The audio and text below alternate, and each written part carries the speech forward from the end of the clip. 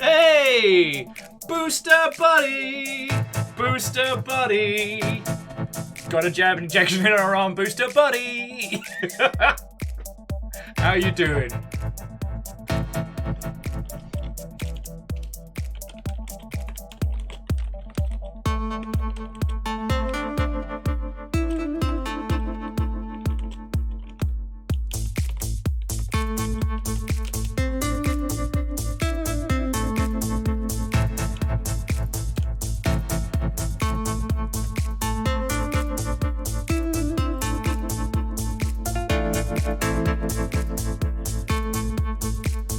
Okay, so far so goody. Expect to be Phil's dead tomorrow. You know what? I'm just embracing it. You know, had food, got cuppa, staying hydrated. Gonna eat a whole bunch of literally everything that's not nailed down. But I am truly expecting to be haggard tomorrow. So not only will I be feeling the effects, but we'll also have a puppy to make sure that I'm feeling the effects. And J Post, what ho, good evening, friends.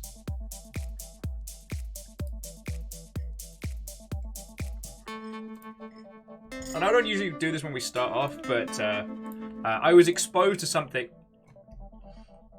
Oh, Tuna, I'm sorry, friend. But it does mean that you can come kind of quietly chill and ill here, because I saw your Genshin show was rocking like 500 people.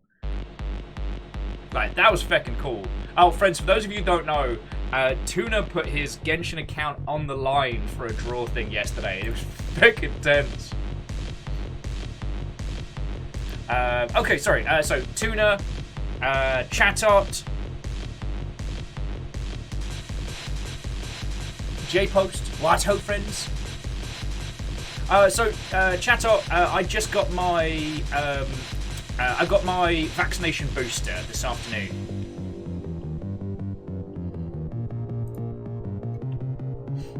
So basically, if it's anything like the last couple of injections I've had, tomorrow I'm going to be a fecking mess. So what I figured is I'd stream this evening, get a chance to hang out with you lot, and then tomorrow I will be dying.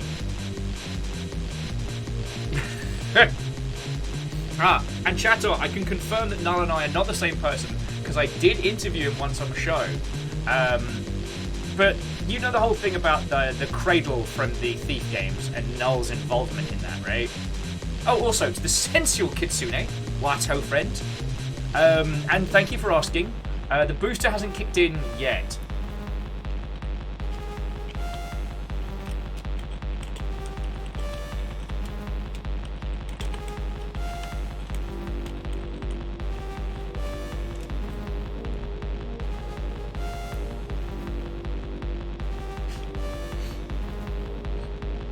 Yeah, Essential Kitsune, that was a feckin' good stream. Anyway, so Tuna, how are you doing, friend? It seemed... for those of you who also haven't seen, so Tuna's been using the characters inside Animal Crossing as kind of like a streaming avatar. I refuse to use the term VTuber, as it sounds like some kind of medical equipment that no one enjoys.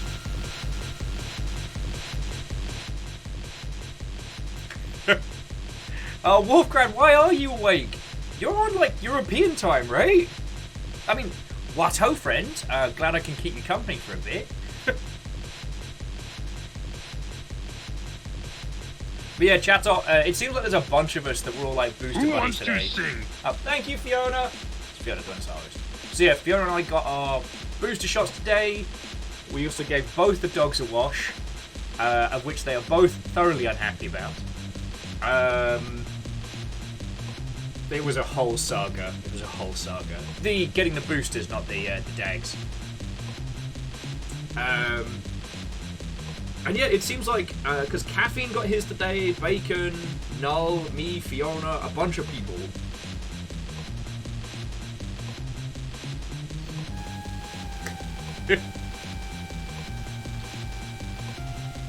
Anyway, so chances are tomorrow I will be feeling the full side effects because that's just my bloody luck. Currently, I've been the one that's been wrecked by them the most in our little household, so I'm preparing for it. So I figured let's hang out tonight, let's chat, let's play a really arty-farty game, or talk about whatever.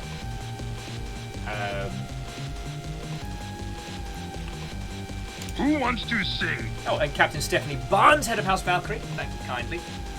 Wolfgrad doesn't have work tomorrow, so might play a part while still awake. Okay. I mean, if you want help with not going to sleep, Inscription just rolled out a test version of their Infinite mode. Utopia Heart, what ho? Well, I'm glad you like talking the arty-farty stuff, because I like chatting with you all.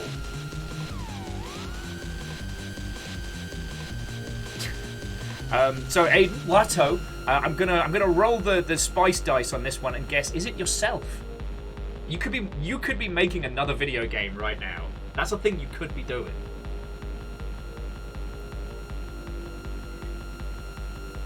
Oh. But yeah, the jab was real easy. Once we finally got it, we got there and actually like talked to a person. It was a piece of cake. What else is that's a bit too much. Amos is settling in real well. I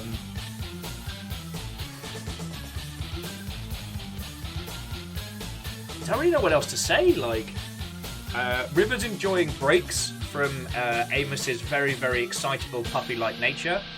And if you cast your eyes into the Videodrome, Stephen Colbert did a celebratory track for 20 years. 20 years of Lord of the Rings.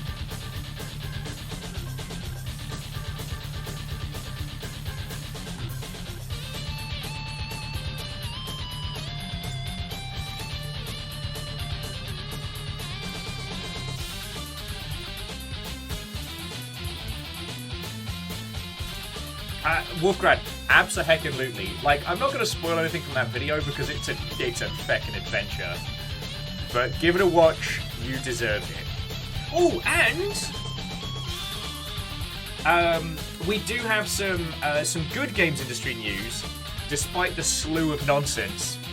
Oh yes, and that's the spelling. Wolfgrad, you were spot on. It's Amos. In that manner, Quasimodo, what ho, friend? Hello, hello. How are you all heckin' doing?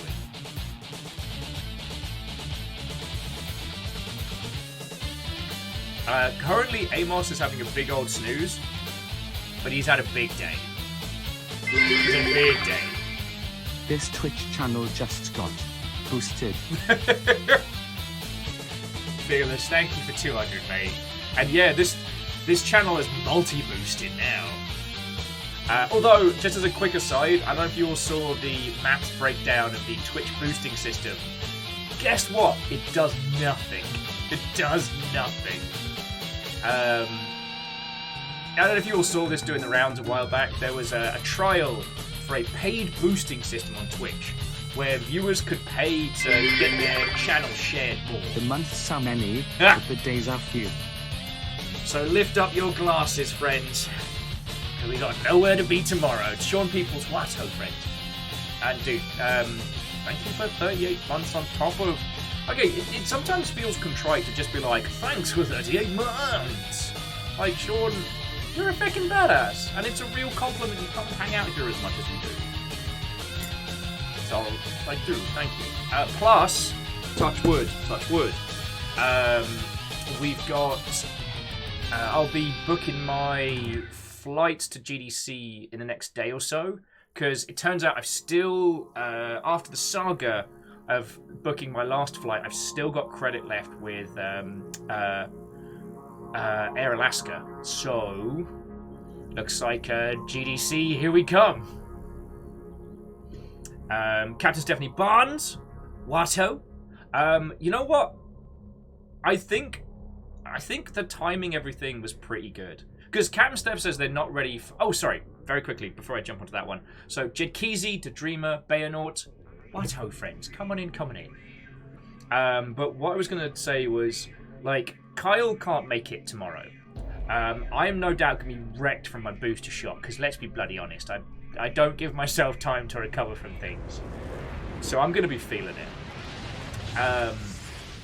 But also, like, I think a nice breather after the Blackout Cup isn't a bad idea. Because I was racking my brain of stuff that I want to play with Kyle and Ems and Fiona. But, like, none of it's going to have the same weight. Like, none of it can follow such an incredible ending to such a brilliant story. So, the fact that I'm going to be like an undead potato tomorrow kind of fits. And then the following Friday is Christmas Eve and then New Year's Eve. So we'll be doing more stuff based around us as a squad. Like, for those of you that need the company for Christmas Eve and New Year's Eve, I'll be here.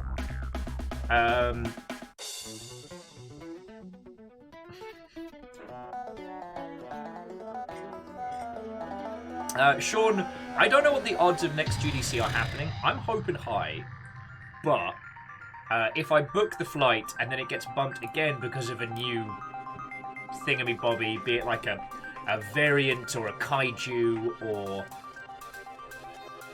NFTs consuming the entire West Coast, like, at least then I'll still be able to get my money back, except on the last one because there won't be a West Coast, Best Coast to fly to. And on the subject of NFTs, some good news. The team behind Stalker 2, or the company I should say, will not be doing their really, really, really dumb NFT idea after all, because everyone hated it. This morning they put out a press release which was like explaining why they were doing it and why they were going ahead. And then this afternoon they just got rid of their explanation and went, you know what? We're not doing it.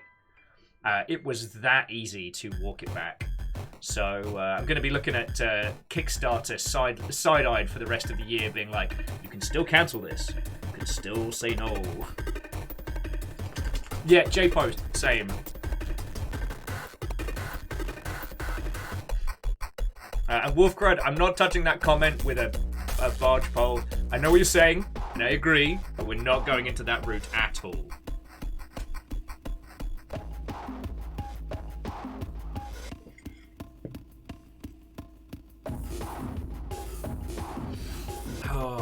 Anyway, it's nice to have some good news in that sphere, and I'm holding out hope that we're going to see more teams walking it back. What else was going on, games industry-wise? CD Projekt Red settled the Cyberpunk 2077 lawsuit and will pay out 1.8 million USD to investors. So, whether or not that will facilitate the class action lawsuit that was talked about, or whether that will stop it happening, I don't know. But yeah, that's the cost of doing business.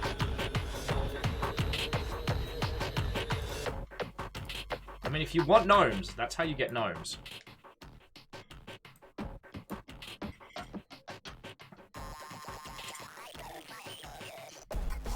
Actually, so Deus, did you see the Penny Arcade comic on that one? Which did make me laugh a whole bunch. The idea that digital ownership of your own games, when like Ubisoft selling NFTs, when you don't own the digital games that you purchase from them. Hey, Amos, buddy, say hello to everybody. Come say hello. No, not me. Love me! Amos is not having it. And Caffeine, how are you doing, friends? Anyway, Deus, it was just Penny Arcade hit the exact same nail on the head, which was turning around to Ubisoft and saying, yep, no, it would be great if I owned my own games and could resell them. And they're like, no, don't like that. Don't like that. Everybody says hi, Amos! If he could say hi, he would back. Caffeine's packing for a road trip tomorrow. Okay. Have you a mission you can share with us?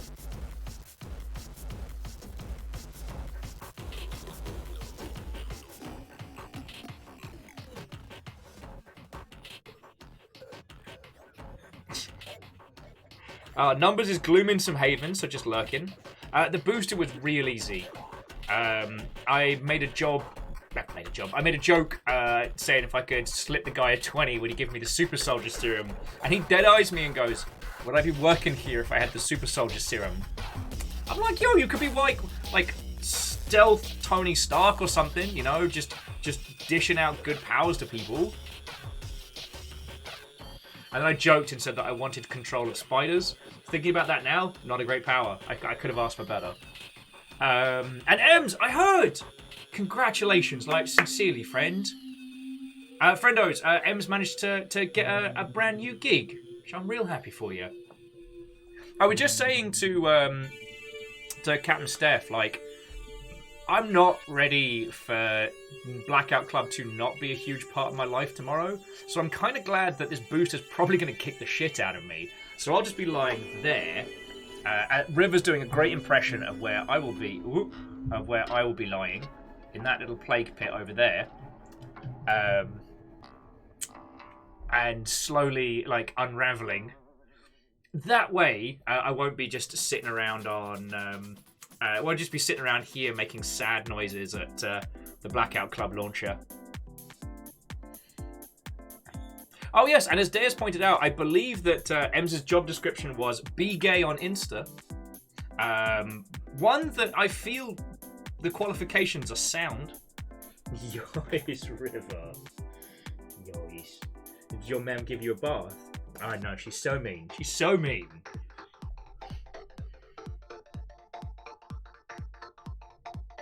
Jed Keys is like, I support booster shot related naps. I mean, if it's just a nap, then great.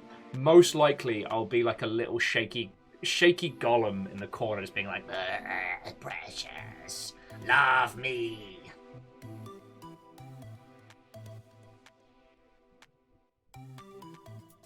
Oh, Ems, that's really feckin' cool. Like, I'm super happy for you. And Ems, like, I am gonna think of some stuff that we as a squad can all play together. But I think giving it a breather between, like, the end of the Blackout Club and this week is good, you know? Because what could we play that would follow up the Blackout Club? There's nothing that compares. Unless we go so drastically in a different direction.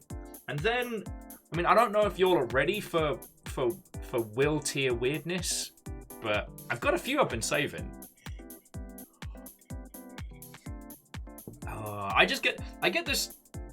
I have this conversation with a lot of industry friendos, and I'm like, yo, do you want to come on my show? We'll play a weird video game, we'll have a good time. Everyone goes, yes. And then I show them what I consider to be a weird video game, and then they stop responding to my DMs.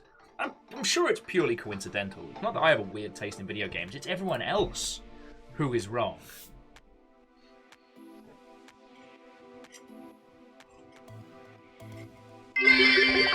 Hey! What ho, Vikings? And a good evening to you, Lyris. The Eternal Jarl! What ho, friend, how are you doing? J-Po says, what was the Soda Rat game? That was it Rocco Rat's Diesel Challenge? It was the offshoot demo from the Ichi Zone. Oh, Caffeine was saying plans just up in chat. Heading down to Austin to go to a distillery on Friday. Hit the rifle range with Clank. Yo, way cool. Oh yes, you were mentioning that on Discord. I mean, Austin's feckin' great, and is the only place in Texas I've spent any time, so it is my only frame of reference, but it seems really cool. Lyris is doing well. The weekend has started. Just chilling with some Cozy Grove. Lovely, lovely.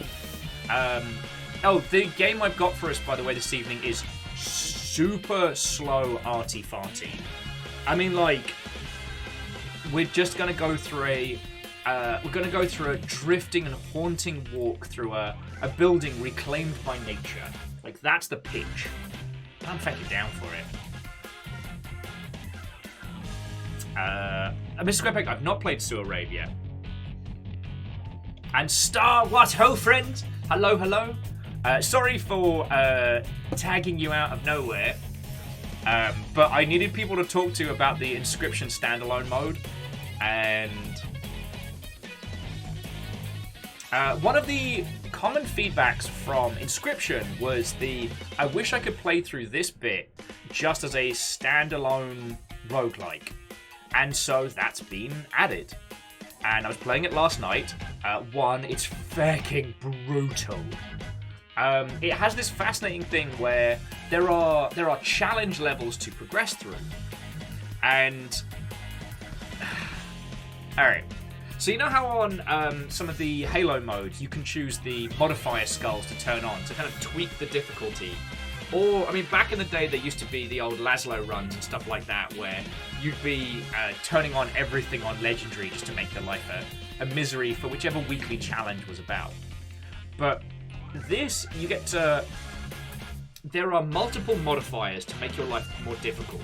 You have to choose 2, at least for the starting level. And those can be like 1 less item, they can be no rerolls in stores, and brutally everything from the pelt shop costs more. Now, I played it through multiple times last night, and it wasn't until I managed to get like an infinite wolf bullshit going that I managed to clear it. Which was, each wolf, when played, a copy comes to my hand. When they die, they also come back to my hand. Plus, I had a cat that I could... How's he doing? Amos. Come say hi to the kids. Amos.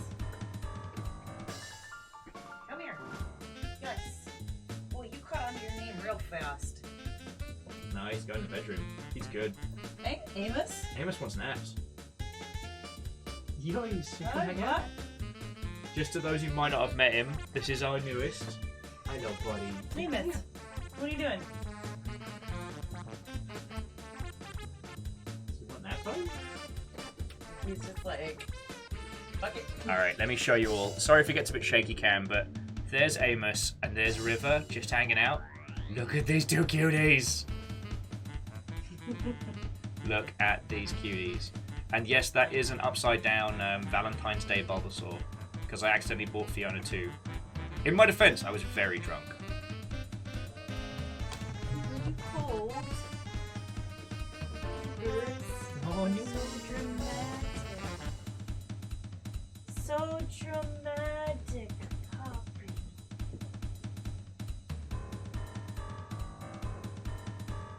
Amos, leave it. No, Graver. Amos, leave it.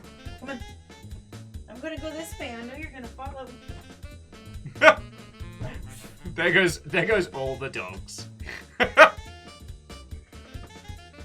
Oh, it's fine. I'm just your father. I'm your dad. Shenanigans. Raised them like they were my own. I did. Not even the time to come hang out with me. Oh. Okay, sorry. That was me. Okay, let's be honest. Stopping Natter for Dags, I think, is an accepted longship pastime. But yeah, so Inscription has a new standalone mode, and it looks like there may be some additional information / lore to unlock from it, but so far none of that's in there yet. Krypton, arm's doing fine. It's a little heavy, a little sore.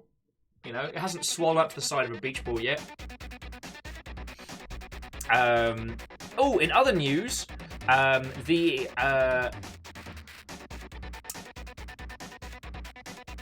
oh my god, how have I forgotten the name of the fucking character?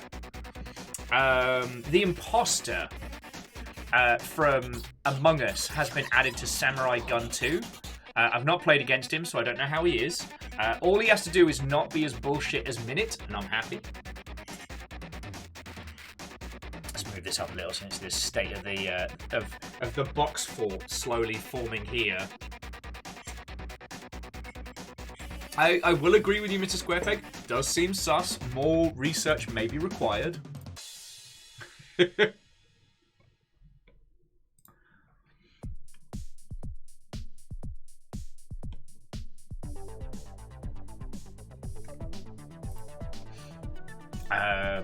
Sorry, that was me just having a little boogie in my chair.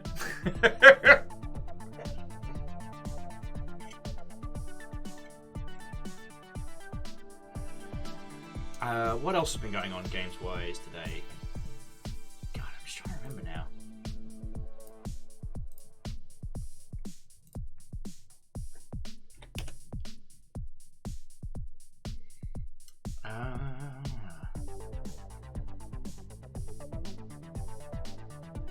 you know what? There was something. Oh yes, friends. We have joked repeatedly about critically acclaimed, award-winning MMO Final Fantasy XIV with unlimited day trial up to level 60, including Heavensward. It turns out we did too good. Due to sheer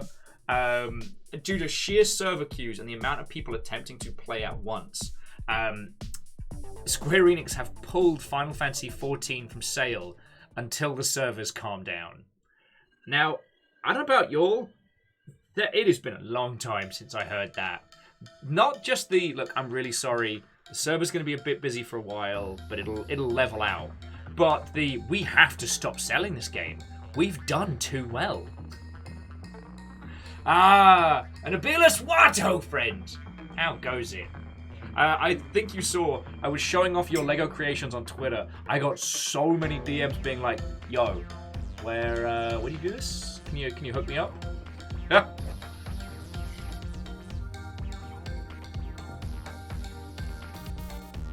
Yeah, that was the one that just kind of blew my tiny mind.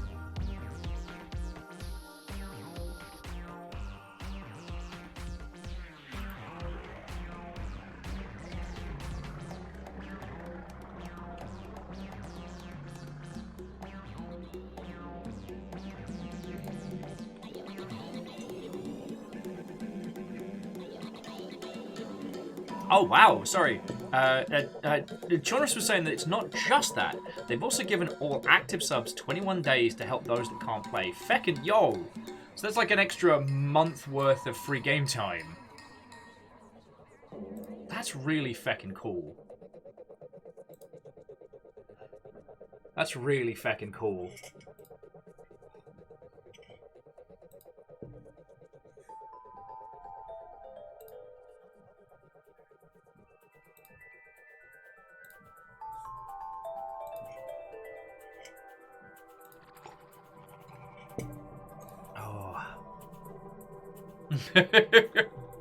Well, Night Valen, it's really up to you to decide whether or not I'm a hot mess, but I had my booster shot today, and I expect to be feeling like bad times garbage tomorrow. So I wanted to do a little stream this evening, like play an arty-farty game with you all, hang out. I even remember to eat food. Maybe I'll tempt fate and have a drink later.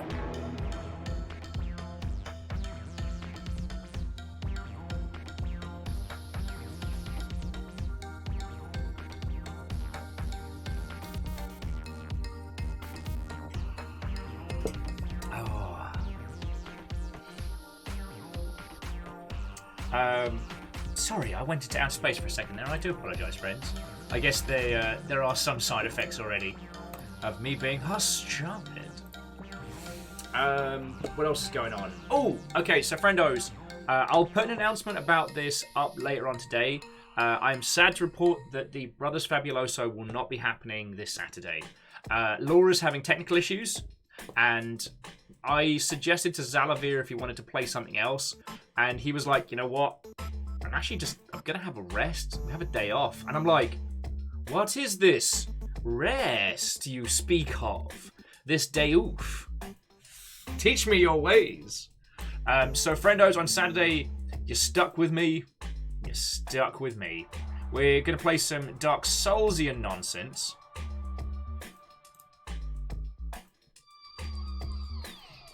We're gonna trundle around and just have a good bloody time.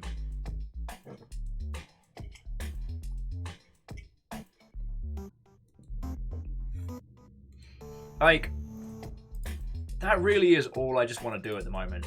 Like, get on, play some Dark Souls with everybody, probably get our shit kicked in by a bunch of invading randos.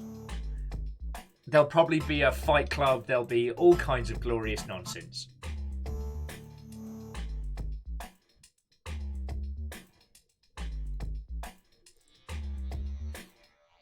Yeah, Lyris, I think it'll be an acceptable substitute. Okay, like, joking aside, I am sad that we're not going to get to do the Brothers Fabuloso. And, like, this is one of the things that blows my mind constantly. Because I was kind of saying this when Sean Peoples came in earlier, who did like a monster long sub. I said fucking tier 2 as well. The thing that blows my tiny mind.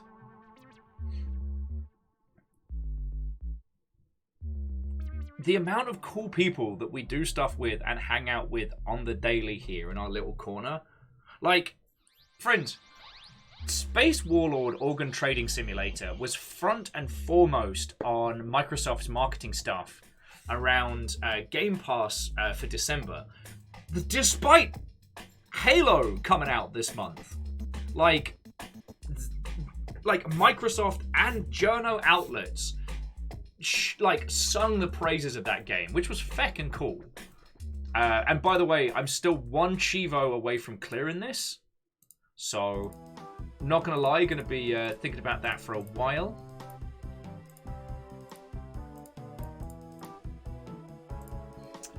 But the other thing is, if you didn't see, so Laura works over at Penny Arcade.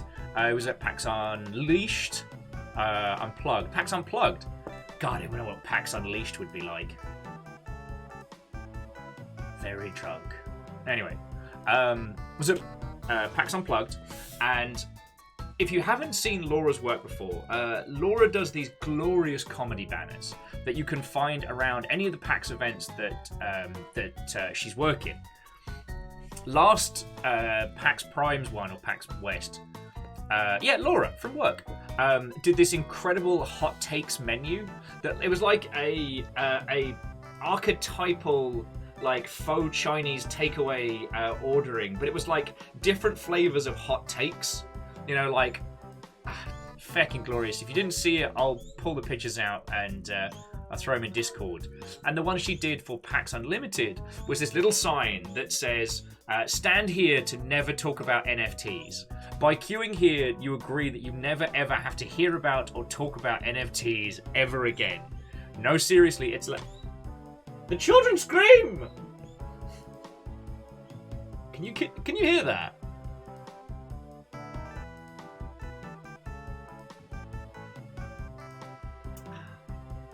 Bossy little babies, a lot of them. Hello. Hello. What you up to, bub? What you up to? Just coming to say hi? Alright, cool. Amos, away! Anyway, so Laura makes this cracking banner that says we never ever have to talk about NFTs. Then throughout posting it, a bunch of like NFT bros keep messaging her and being like, oh, actually, I can't believe in 2021 that anyone thinks that after saying the words, well, actually, one wants to hear the rest of it. But that's neither here nor there. So Laura decides, as a feck you kindly, that the banner after the event is going to be auctioned off for Child's Play. If you're not aware, Child's Play is a charity that raises money to donate like toys and video games to kids in hospitals to help with recovery and stuff like that. It's the same charity that Fiona's set up Pint-Sized Pub Crawl. Well, Fiona and Tom set up. The charity pub crawls at PAX also raise money for. All right. So, as a joke, as a straight up joke, Laura put the opening bid at... Oh, what was it? The opening bid was like $69 or something like that. And she joked offhand that if it sold for that if anyone wanted it, they could just buy it straight up for $420.69. That being $42,000 and 69. So 42069. All right. You know what? I've just failed to explain a number to you all. Sorry about that. But yes, it happened. Okay, yeah, so $420.69 was the starting bid. Thank you, Bacon Avenger. And you know what? I'm just going to type it out. So this was the closing, like, it's yours now sale. Someone spent that much money to buy that. And that is a huge amount of cash that is going to help a shit ton of kids. Like, feckin' yo. Anyway, I've kind of driven this point way, way off the tracks. let's circle it back around to Wendy's. What we were doing driving on the tracks in the first place, I'm not sure. Someone should have stopped me. Why am I left unsupervised? But no, the point being is, like, it blows my tiny mind that we get to play faux D&D sans the Dungeon Master with these feckin' badasses, you know? Like, and the amount of people just hanging around, like, this is one of those, like, look left, look right situations, friends, because someone in our little digital hangouts right here is a feckin' legend! Hookshot! How do I sell NFTs that represent nothing or fund my game? Ah, you want the Stalker 2 method. Sell an NFT that can be traded multiple times, and if you own it when the buzzer sounds, you get to be a character in the game. Maybe, sort of, and then maybe in their next game, sort of. And then when everyone tells you how much they hate it, just say, you know what, let's not do that. Hookshot, how are you doing, friend? I will tell you this, friends. I will tell you this. Hookshot does have a title that's currently available on Steam. It is in early access and would definitely benefit from more people giving it the once over. It is absolutely NFTA free. That is right.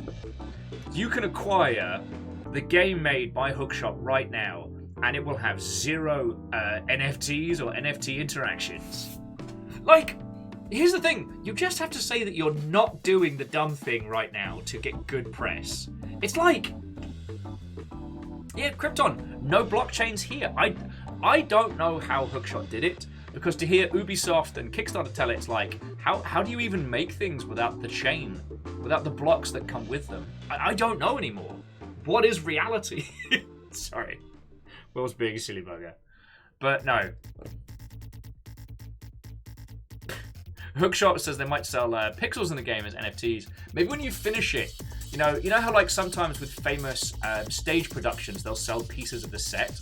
You could sell like some photoshops of like the Unity environment. Oh.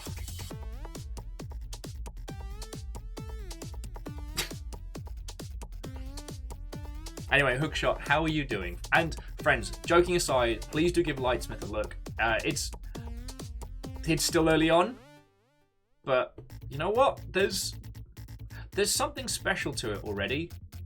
So don't let the art style fool you. Who wants to sing? And JP, thank you for the host. Yeah, Caffeine, I still remember that one. I mean, so Caffeine, the Turbo Play setup, I cannot find head nor hair of Turbo Play in the wild. And the thing was, okay, so Turbo Play's pitch was a good one I actually agree with. I don't know, wait, Will's agreeing with some blockchain nonsense. But this is why this NFTA bollocks blows my tiny mind, because we already had a blockchain Zerg wave in the games industry, and none of it took because it was expensive to run, and the equivalent output you got wasn't worth it. So, okay, if you hadn't heard of it, don't worry about it. Turbo Play was a Steam competitive platform, and same kind of thing, digital rights management. However, it had one extra thing that Steam does not have, which is its own internal currency.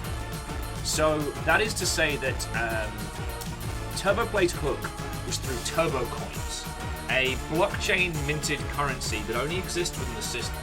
And the idea being is that users acquire them by playing games, and these coins can be used to purchase video games and can be used to tip video game creators. And that was the hook. That was the point where I wanted to work with these people, because yes, it is still a ecosystem with its own currency. Steam has Steam points, they're damn near worthless.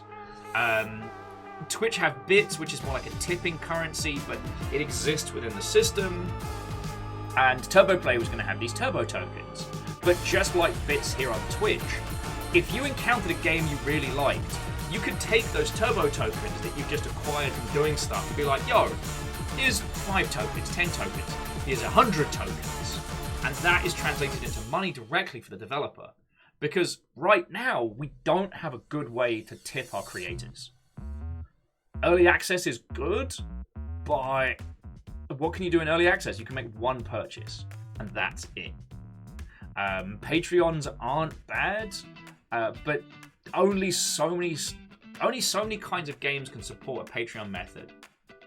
And most of the successful game Patreons aren't because of the title, they're based around the people that founded it. There are some mod project ones, but that's a legal mess I wouldn't want to touch with a barge pole. But the idea that you could go to a page on Steam and go, hey, I bought this game. I like this game. I'm going to give these guys $10. Like, imagine how that could change development. Anyway, TurboPlay disappeared into the ether and none was heard from again. There was also a blockchain CCG that was pitching around, which I really like the idea of. But again, that one was the idea that each card exists in a unique format. And this allows you to lend people cards and trade them. Rather than looking to sell them, it's more that once you had acquired them, you can lend them to friends. And I was like, you know what? That's pretty cool. You can also lend them to anyone. So if you put a deck together but didn't have all the cards for it, you could see if there's anyone lending out their cards that you could borrow for a day or so. The difference being, you don't get any of the XP upgrades on those cards. And Jackie, what, ho friend? Oh, Hookshot says that they put their tools out as open source and provide a Patreon if people want to donate to it. Yo, like, Hookshot, if you want to, let me yell about your stuff. Actually, I'm looking to work with an editor in the new year, and I'm going to start doing a series called My Friends Games, where I talk about my friends' games, and I tell you why my friends' games are worth your time. And you could look at it as an unabashed advert. I just love talking about the stuff my friendos have been working on, and I don't know, I think there's a place out there for just saying nice things about the stuff our friendos are working on, you know? So, Hookshot, I haven't worked out the setup in that one, but it is something we'll be doing. We're going to be featuring a few games that were on the long ship, especially during the GameWorks arc, because a few of those games didn't make it, friends. And I still think those games were cracking. Like, fuck, I look back and think, like, God, imagine if I had one of those stupidly big followings. Like, it wouldn't be great, because I wouldn't get to have these, like, one-to-one conversations with you lot. But just being able to be like, hey, friendo, you know how you've been working for 5 years without a break making your indie video game? Come on my show, and I guarantee you're set. Hey, I'm Baron. I started late. How you doing, mate? I got my booster today, and if it's anything like last time, it's going to kick the shit out of me tomorrow. So I'm doing like a little evening stream. I'm going to play a little arty game. We're going to hang out. And I understand because it's a Thursday, most people are watching Critical Role. But it's not about the numbers, it's about hanging out. And okay, that whole, yeah, the Twitch yearly summary thing, one, felt really weird and off. But two, man, Twitch focused too much on the wrong statistics. But you know what? We don't need to get on into that one. Yeah, Hookshot, games are feckin' hard. And I'm so acutely aware of that whenever my friends create something, like knowing it all, like I want to make sure friendo's games do great.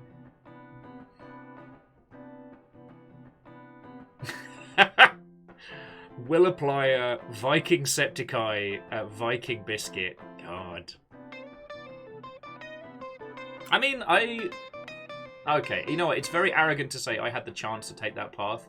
There is an alternate timeline where I went into content creation much earlier, and who knows what would have come from that. I probably would have been a monstrous asshole and would have been getting cancelled into the fecking ground by this point. It's most likely what would have happened. But I chose not to go the content creation route because we were in the run-up to launching Rome 2. And I really liked that game, even if everybody hated it when it came out. Sorry, here's me. I'm all over the place tonight.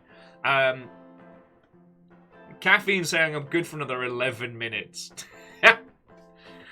You know what? And I'm fine with that. I knew I was starting late and off schedule, so it's no worry. Baron was saying, speaking of D&D, they're painting a mini. Color scheme suggestions.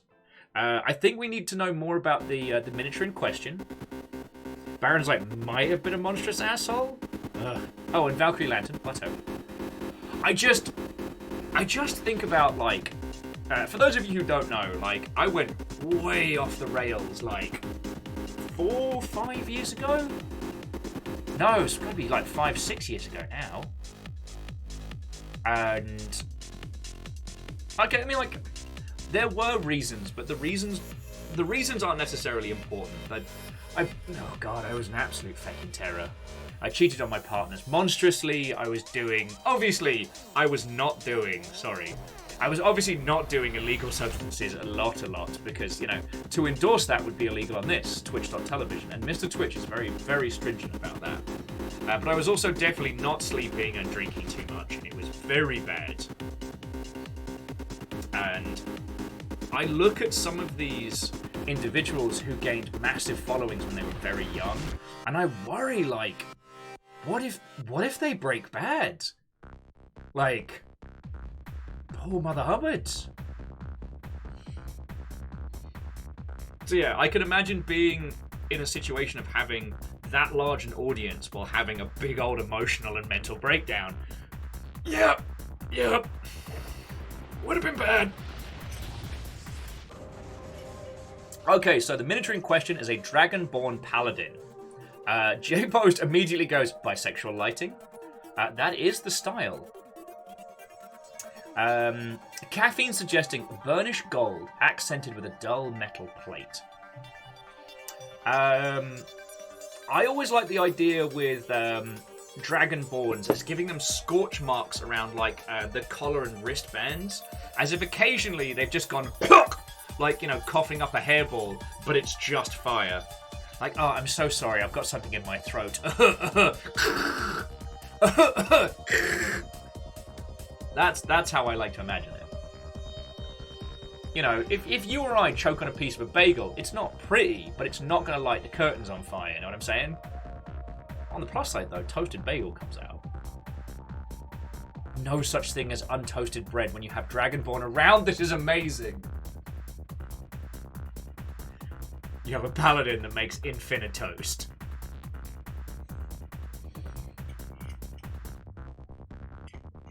Oh.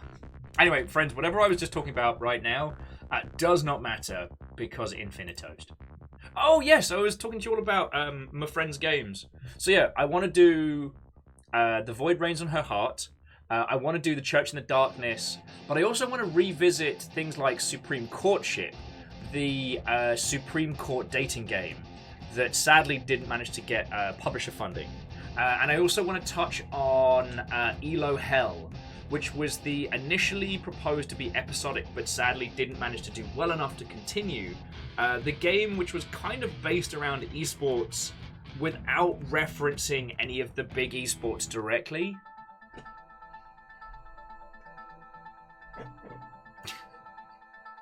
Okay, Hookshot is not a cult dating simulator. The Church in the Darkness.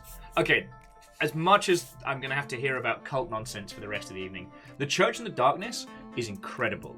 Because it is a game about, like, breaking into a... who was the guy famous for the Kool-Aid incident? Even though it wasn't Kool-Aid, it was Flavor Aid. It was based around that particular cult. But what if they'd actually done what they said they were going to do, buy a plot of land in South America and actually move their whole compound down there? But here's the... Jonestown. Thank you, Fearless. Here's the twist. There are 2 cult leaders in the Church in the Darkness, and their personalities are randomly generated.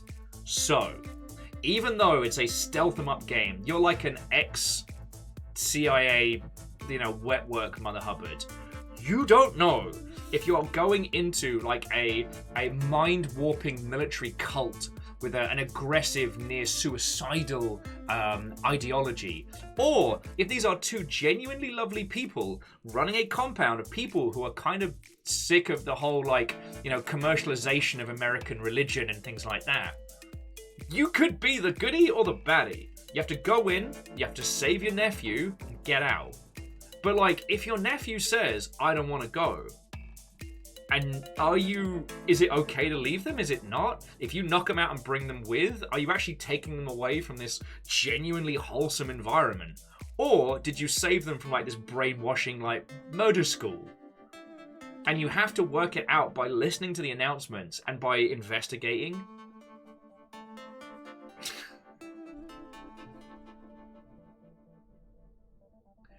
Someday, that registered minister's ability is going to bite us all in the ass, Baron, and I don't know how, but I know it's gonna.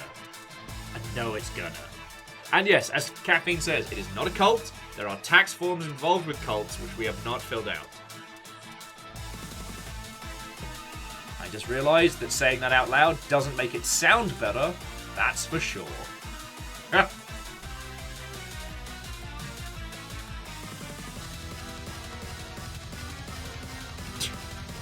Anyway, friends, how has your day been? Like I said, I don't have too much to talk about that I haven't told you. Got Booster looking after a very excitable puppy. Amos and River are slowly getting along better. The realization that because we're moving so soon, I can't actually start working on Gundams right now. Because unless I can finish it in a day, if I don't get it done, then a half-finished Gundam kit is gonna be an arse to transport. So I've just gotta not for a bit.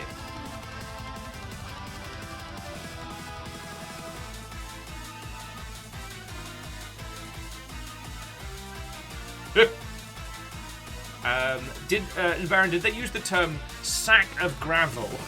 Did they use the term, oh god? M says no sleep till Gundam.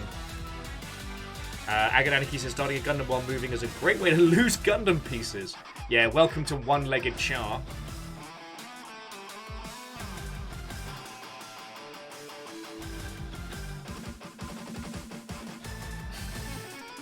Okay, Favor 6, that joke has gone way over my head. Oh, and Hookshot, if we're not on later, I will probably not be around tomorrow, but hopefully I'll see you on Saturday. And if I don't see you, please bear with us, because next week's going to be a glorious mess.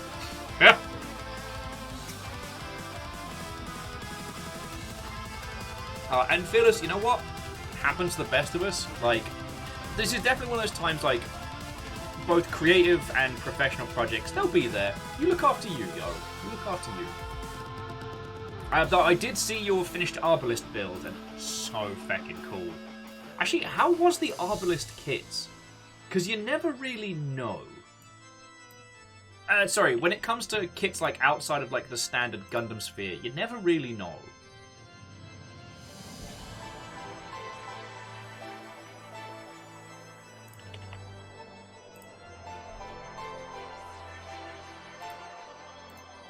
Okay, so Sewer Rave has come out. Alright, I'm going to add that to my wish list. Shame on me for not putting that on there sooner. Sorry, here's me multi-track Drifty Potato. Dirty Lokis.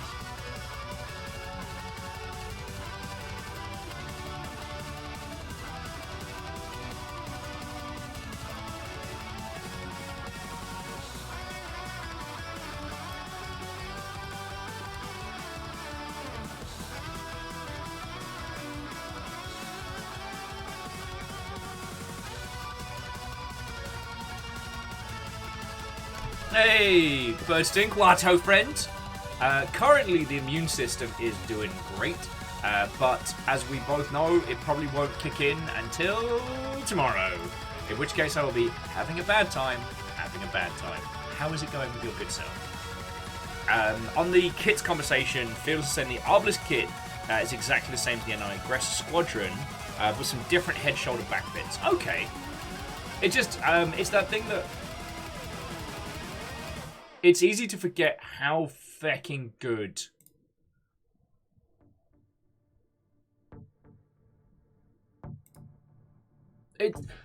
How fecking good the Bandai kits can be, especially some of the more recent ones, like the ones with the Re 100 with the skeletal structure. The newer Gundam kits are so good, and sometimes when you go over to other kit sets, it's easy to forget why the Gundam models are such a big deal. And I've had a lot of people being like, "Oh, I picked up." What was it? Some of the Pacific Rim kits are not good. I mean, the finished models are banging. It's just getting there.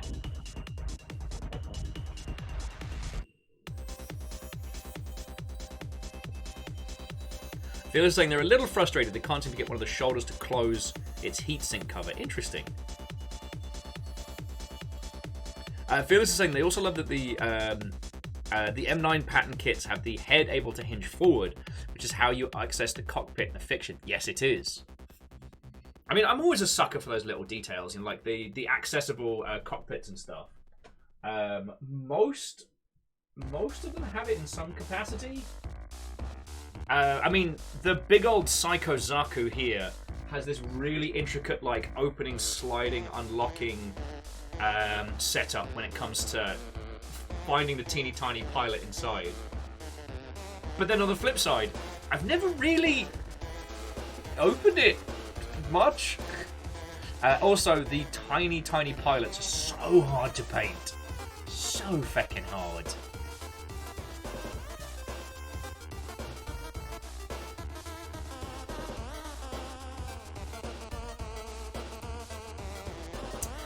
So Berting says their median child is getting vaguely into model cars. Nice. So I'm starting to put together some tools and materials that might end up being used on the Gundams someday. Hey, well, if you need recommendations on kits, one of the things I'm so excited for in this new place is, now admittedly, the streaming room's this setup's actually going to be going in the smaller of the 3 rooms. So we've got a living room and 3 bedrooms. Though one of them is more like a tiny, like, office den.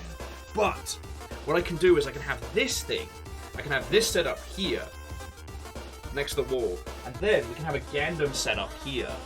So not only will I not have to set up and take down everything anytime we want to do streaming stuff, but I won't have to set up and take things down when I just want to build some stuff. Might even, touch wood, might even get to start doing some airbrushing, which I've really wanted to do.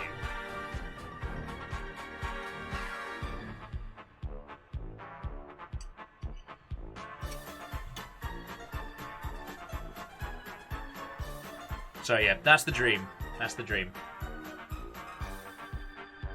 Okie dokie Lokis. So, I've got a tiny, weird game for us today. I don't know if any of you have heard of The Light Before this evening, but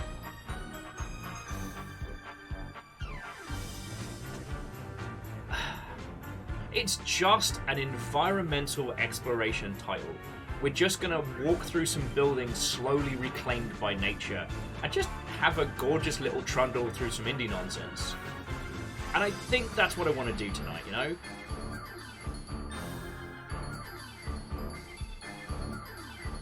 Oh, yeah! Baron's looking at getting a 3D printer and an airbrush as they may have access to an art studio. Yes! Because while 3D printers are great, it's the fumes you got to be careful of, as those can get very, very toxic.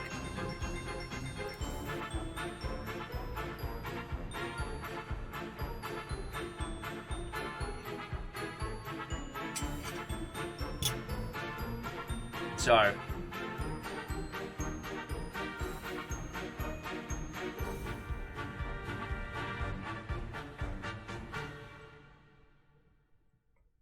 Okie dokie Lokies. Sorry, forgive the multi-track drifty potato. So, hang on. Alright, I'm not feeling the unta there. So, let's get the game booted. Let me show you what we're going to be having a faff around on this Thursday night.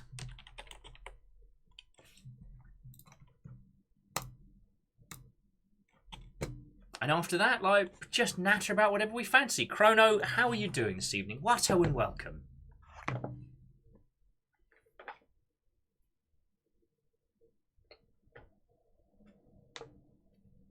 Watto and welcome.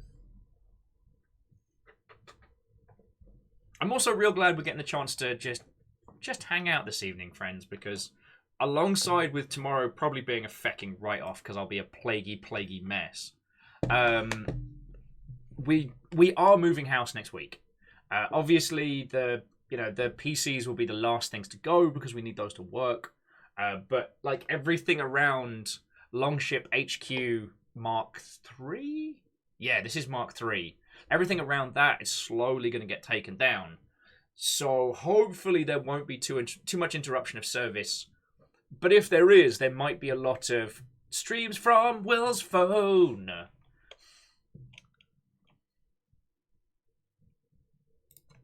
Game, if you wanna start, that'd be real cool.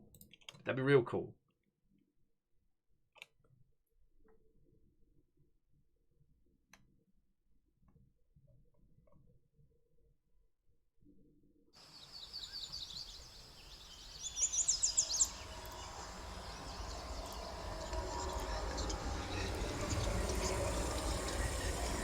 Do you wanna show everybody?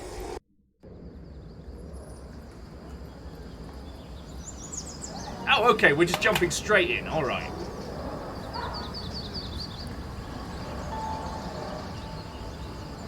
The Dreamer's asking back on phone streams era, how many more tattoos can you fit in? Well, we'll be within walking distance of the tattoo parlor.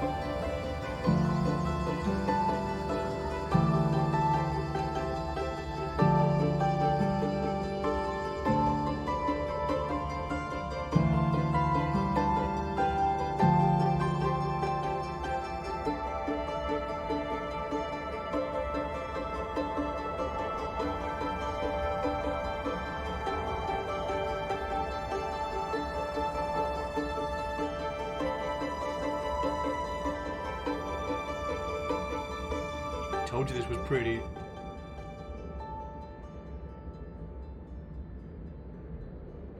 I wonder if the reason why I wanted to come back to this game was because The Last of Us Part 2 left me with such a miserable feeling.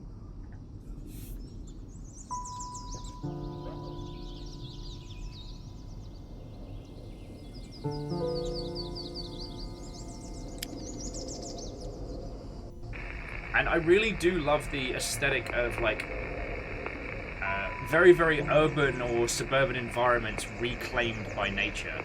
I really like that as a setup.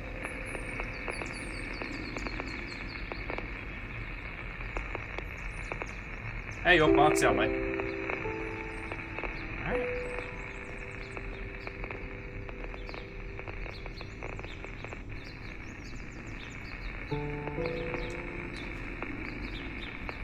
Alright. You can, sadly, you can see the drift on the controller.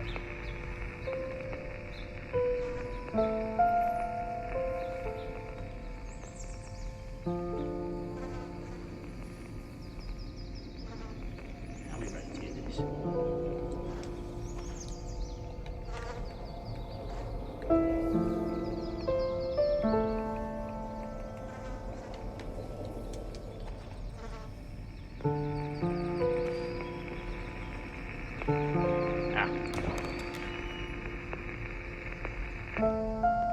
The light will lead you.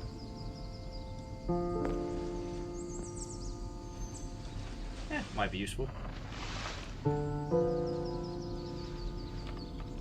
yeah, to Dreamer, I mean, the list of things to get tattooed onto my dumb self is very, very large. Again, my personal philosophy is still to get a series of varying inks across this arm that symbolize stuff that have been important to us.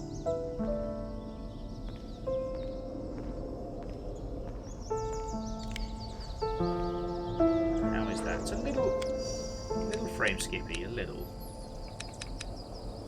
Bring it down a little bit. You don't need high reflections.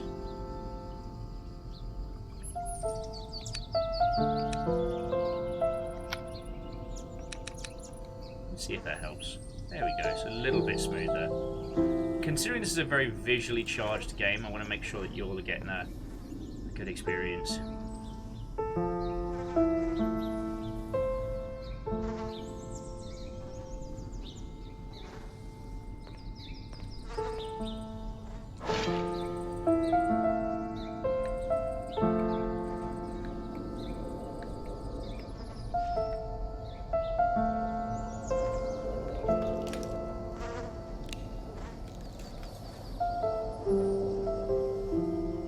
We don't have to spend the entire day in the toilets.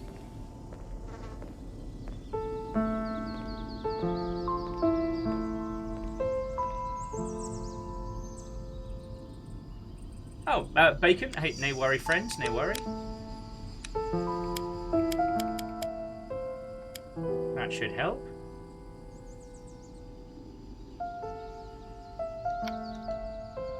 How's that? Gives me a chance to have a natter at you. Oh yeah, moody piano all the way.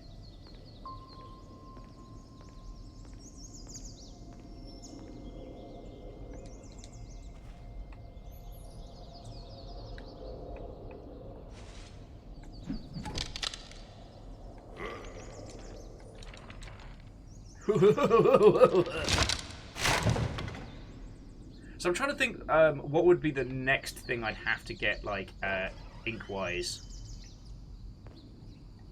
I mean, we've talked a lot about getting a tattoo based on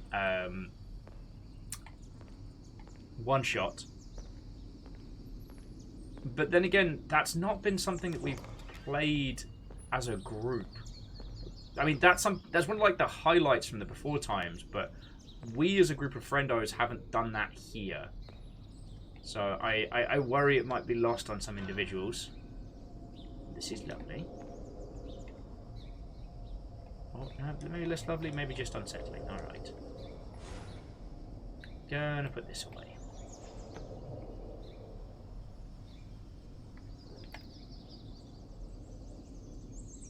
Alright, if it keeps drifting badly, friends, what I might do is switch to mouse and keyboard.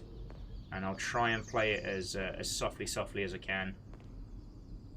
And my goal is just to avoid anybody getting motion sickness because of this.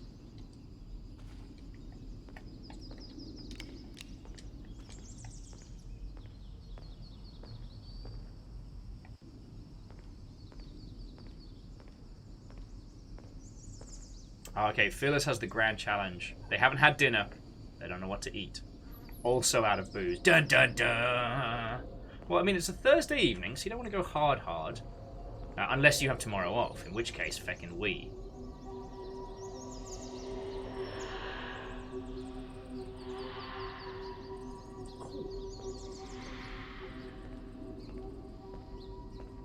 What up, trees? Yeah, actually, all along, this has been a secret sequel to The Happening.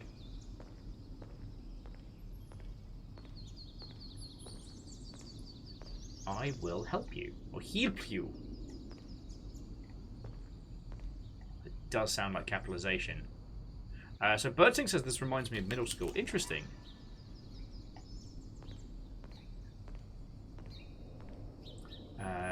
You always have a choice. Go into the light or stay in the dark. Now, again, this isn't a horror game. This is just like a puzzle and exploration title. Ugh.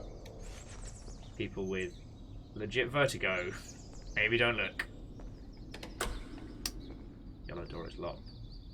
Like, this game is about exploring this lost part of architecture slowly.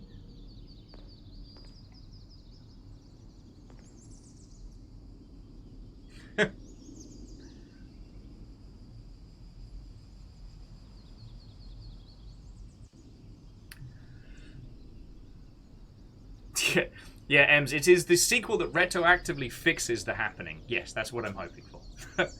Birdsting is saying, so the guess is more a more previously populated area than I was in, but the idea that this is a place that you support many more people than there currently are to support, yes. You know, it doesn't have the bullet holes in the wall or the, you know, the shell casings of destruction, but it does have this feeling of what it once was, now lost, you know?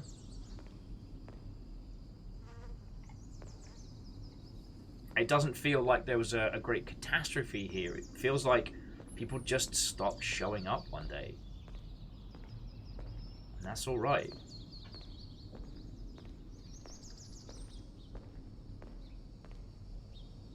There's no regret. We all deserve it. That's a bit dark.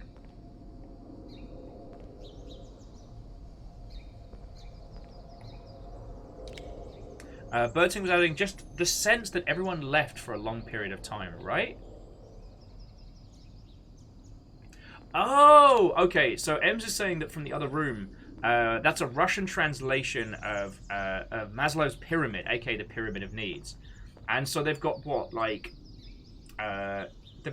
food, shelter, then Wi-Fi, and something else.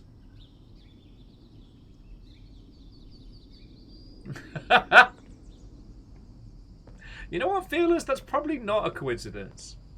Oh, sorry, friends. Fearless was saying it's not a coincidence that they found out today the dog was named Amos, having just finished reading the last of the Expanse books.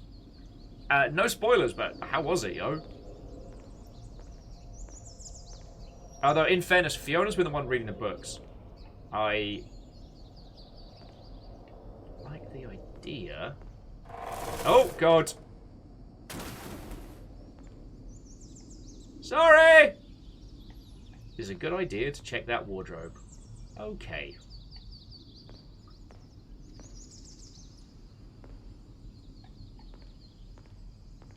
There's also one thing this game does very well is there's a nice clarity about what you can and can't do.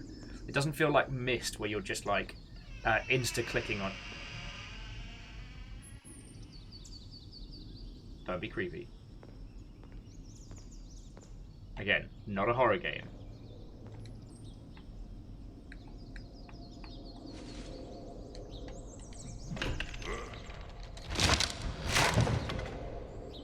M says that they will attempt to read Russian cursive. It is the bane of their existence.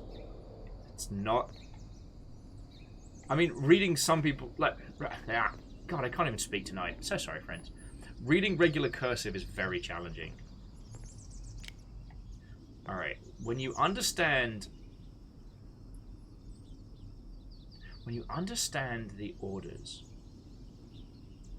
so when you understand the order, the images will give an answer. Alright, so that one's got a big old number 7 on it. It's a big old plane. And we've got ourselves a number. Oh, okay. So one of those numbers will be 7. Let's find the other pictures and see if they have any other, like, number puzzles in them. So if we go over here to check out Mr. Von No Afraid of Heights, is there a number we can see?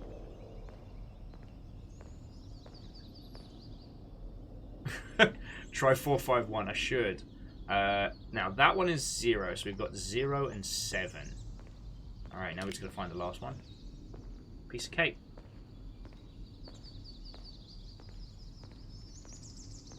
Oh, that sounds way cool. Sorry, Phyllis was saying that with the Expanse books, it's real good. To quote, they wrapped up nicely. Some of the mysteries are solved with satisfaction, but not every mystery. Some are just left. I think that's okay. I don't think anyone's gonna disagree there. Sometimes we don't need every mystery solved, you know?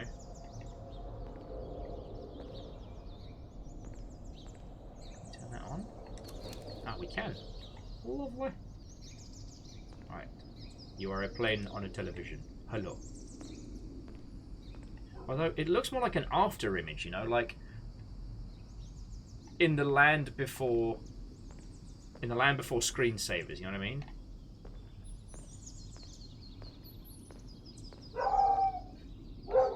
River! No defending the house! God. I'm so worried that that Amos is going to pick up the habit as well. We're going to have like this cacophony of dog song. I informed Fiona that you started referring to River as River defending the house as one like surname. Of course it's not. Of course I am. Alright, so on the pictures we've got... Alright, so I'm not going to take outside from there. On the pictures we've got 7 and 0. Now if this was a horror game, that bear would have scared the shit out of me. But it's not. I think there's something really curious about a title like this, going to an area which, when we talk about like video games, you've only really seen in like Stalker or like Stalker derivative titles. You know, I saw this same layout in oh god, the new one. Oh my life.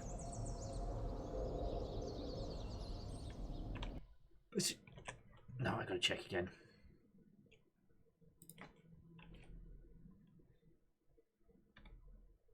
Chernobylite, that was it.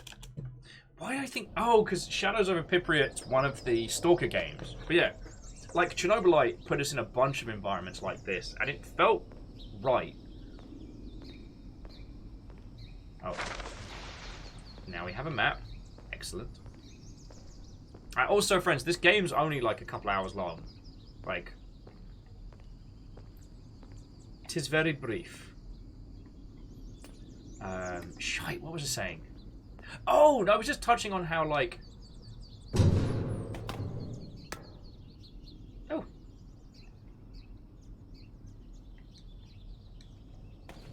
Can I interest you in a can of carbonated corn, apparently? Sorry, it's just... This is an environment that we have seen in a lot of games prior. But it is usually the precursor to... Yes, Ems, there must always be cans. But no, this is usually the precursor to like horror or, you know, some kind of messed up shenanigans. Alright, where's the number?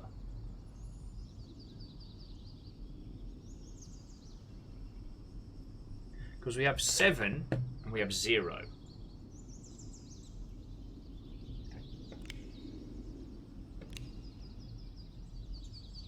Does anyone see a number?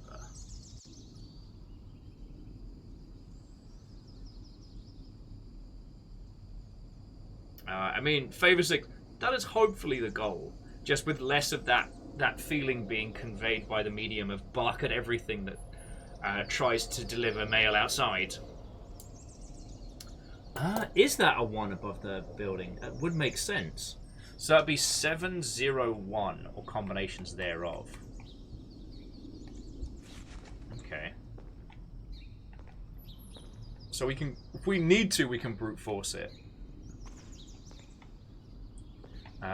Em's just asking if there was something behind the photo on the wall. I don't know. No, just more of the same. I think originally it was like a fancy bulletin board that was also like a map, but it's just very, very faded at this stage. Oh, okay, but that says 4. So it could be... Wait, but also 8? Shit. Alright, notepad time. Let's go. Alright, I think this is going to be my working out games notepad. We'll use the small one for video games. Alright, so... Yes, that is a lot of pictures. Okay, so we've got 7, which is a jet fighter. Jet fighter! We've got 0, which is the 2 guys on the scaffolding. 2 guys hanging out 60 feet in the air because they're not goo. Sorry. Obviously in reference to the infamous TikTok, not in any other kind of commentary. 2 guys. Scaffold. Okay, now we've got 4, which seems to be like a lake house.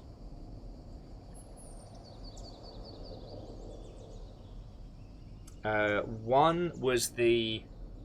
Wait, was one meant to be the ladies outside? Ladies, ladies, ladies. Ladies outside. And then this one here was construction building 8.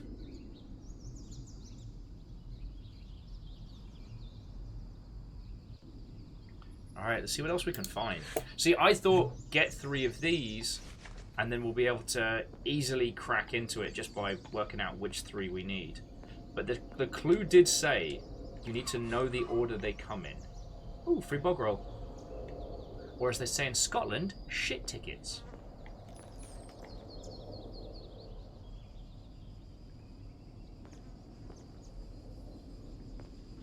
Oh, and there's the...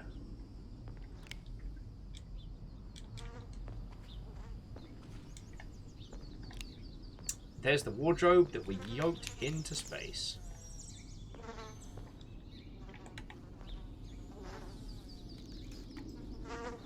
Well, that's just a grim toilet. Let's never return there.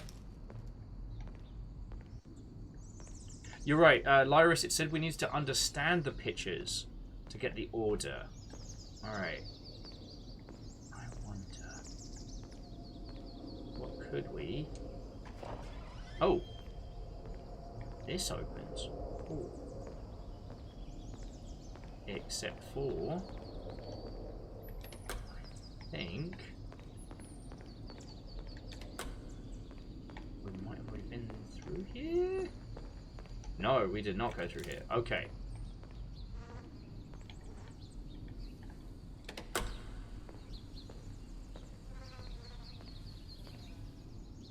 Hello? How you doing, big girl? Were you cold? Are you cold? Hello, look at this one. She's got her big jacket on. She's chilly.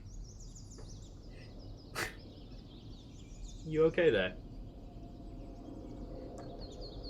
Oh man, yeah, you can see the fucking drift I've got going on at the moment. But these controllers are so good. Okay, that needs electricity. The controllers are so good and they're so expensive.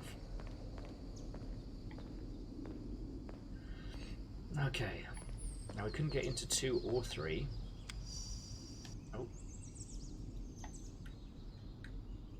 Oh, okay, so we have the map here.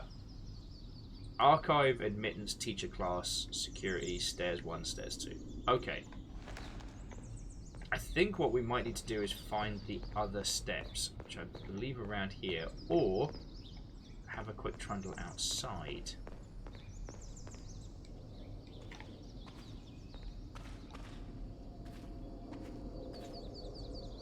Alright. Explore this tiny town. Oh, River. Lyra says hi. Hello, building from the past. We can see you. You are history now. Alright, are you the thing I threw out? No. Are you the thing I threw out of a window? Maybe. Maybe? Maybe no. Alright. How many fucking things got chucked out? Also, that's cool. Check out some public art. Have a good time with it. You know, live a little. Check out whatever's going on in that house. And yeah, I feel like I did kind of just lean down to look at that. Lyra says that it's kind of reminding them of Horizon Zero Dawn, but with more interactivity and less danger, no danger. I know what you mean. It kind of feels like I'm getting to play like developer mode on Tarkov or something like that. I wonder if this is kind of like, oh my life! How do I keep forgetting this?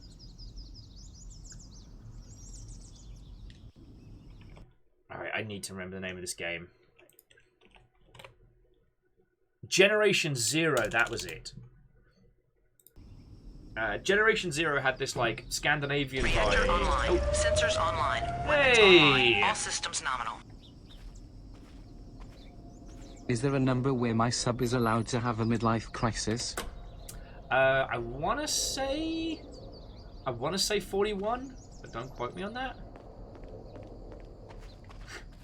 Sorry, Neo Shadow, how are you doing, friend? Watto and welcome.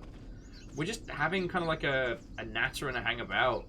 Like, we've got a super arty environmental exploration game in this strange, like... I feel like calling this post-apocalyptic's kind of a... it's kind of doing it a disservice, because this doesn't feel like it's after the fall. It doesn't feel like a bunch of people, you know, the nukes went off and everyone was killed and we're back again. Cue super mutants. What, at least to me, it's felt like so far is like everyone just left. Whatever happened, it was acknowledged and, I don't know, quiet. I don't know if anyone else is getting that vibe from this. Because this town is coming up a ghost town. More on this story later. But yeah, Nishido, that is lovely to hear, friend. Let's check out that bus. It's just a weird bus.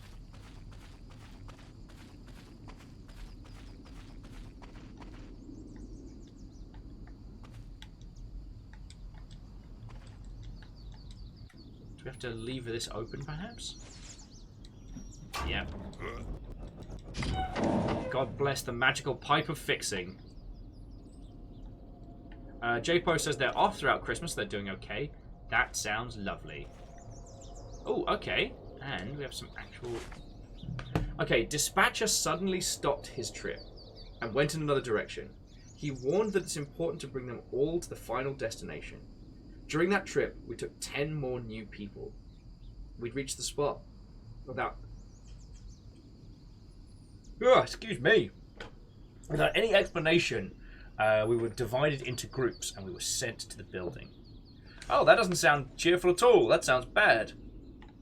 That sounds terror-bad. There's not much fuel left. Okay. Okay. It's like a flamethrower section or something I need to be wary of. So Phil says they put an order for a sandwich, which will be ready in half an hour. I'll admit, pick the sandwich joint because it's next door to a brewery. I can fill up the porter. See, Phyllis, even when you're on your down days, you're on point. You're on point. It's maximum efficiency. We're slowly working through a very, very large bottle of spiced rum that was given to us by very, very good friends. With the proviso that it be made into cocktails, which it has. Although I will admit that I've started making what can only be described as the basic, because it's rum, OJ, and a splash of lemon. That's it. It's like the basic concept of tiki, but not.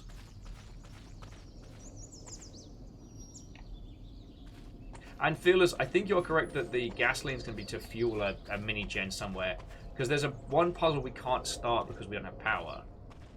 But on the flip side, maybe just have a little swig, couple little shots. If there's no bar open, you know, just one or two. Take the edge off. Bring in that gasoline warmth.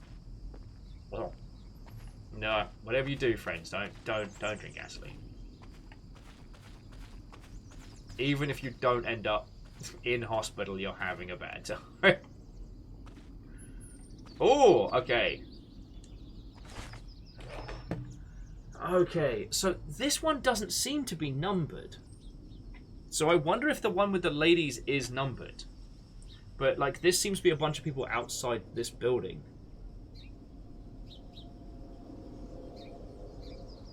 Oh, but you know what it is? Oh, the pictures are numbered. So this one's 2001.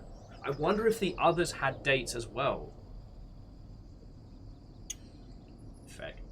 Nothing worth doing is ever easy, am I right?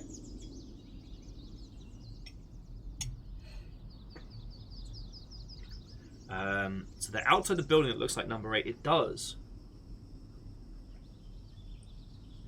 And this one is dated 2001. I don't know if you can see it. Yeah, Ems, it looks like we might have stumbled onto a proper puzzly game. So if you want to bust out the notepad and play along, you know I will absolutely accept any and all help. Though I may make myself either a cup of tea or a rum in a little bit. Haven't decided. Alright. I'm going to put the 2001 next to the construction picture with a question mark. But we can come back to this one, because it's in the car outside the little house. So, like, this isn't too difficult to find.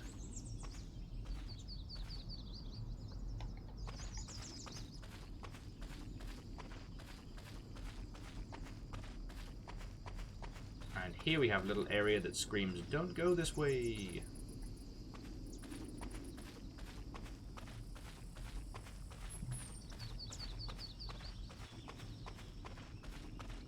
Ooh.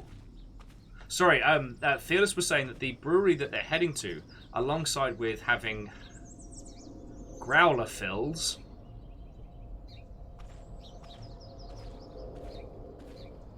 that they will do a 32-ounce can of whatever you want. That does sound pretty fucking good. Yeah, I had a feeling. Sorry, the little outhouse was locked. Or I should say that the little, kind of like a little mother-in-law house, you know.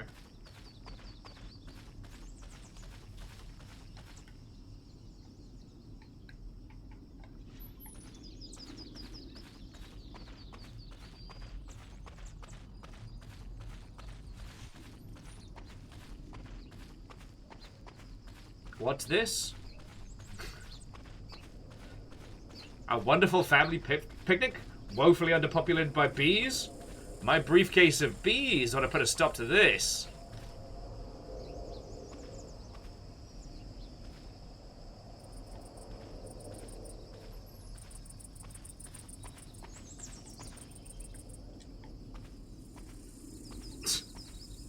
And Fearless, I wholeheartedly agree. The fact that we're struggling to get into a building that has great big windows out front and we have a lead pipe does make one question. But I feel much like, you know, games like Everyone's Gone to the Rapture and stuff like that. Like, it's who we are in this space is drastically going to affect these puzzles and how they go through. Because so far, the puzzles have been semi-logical but not quite. I feel we're in an feckin' wet. I feel we're in like an unknowing. Oh, I had a clever point and it dropped right out of my head. Yo, I'm gonna have to stand up and some. Oh, but what have we got here?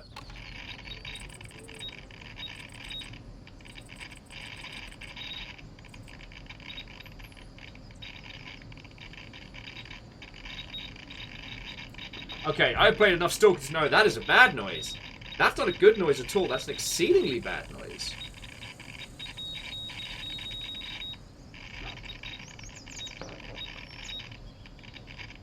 It does sound like a Geiger counter. It sounds like a Geiger counter losing its shit wholesale. Which is usually followed by the game over screen in the Metro titles. Fred, I am doing okay. I might need to make a cup of tea. Ugh, excuse me. I might need to make another cup of tea because apparently not just the dogs but myself is tired as well. What's up with this? Sorry, I'm just like shaking off. Yeah, arm's not too sore, Fred. Like, it's a little stiff, but nothing too bad.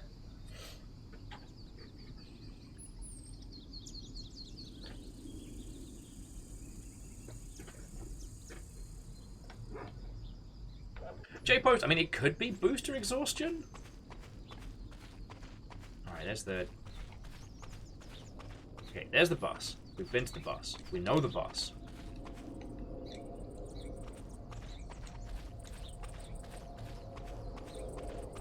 It's a good bus.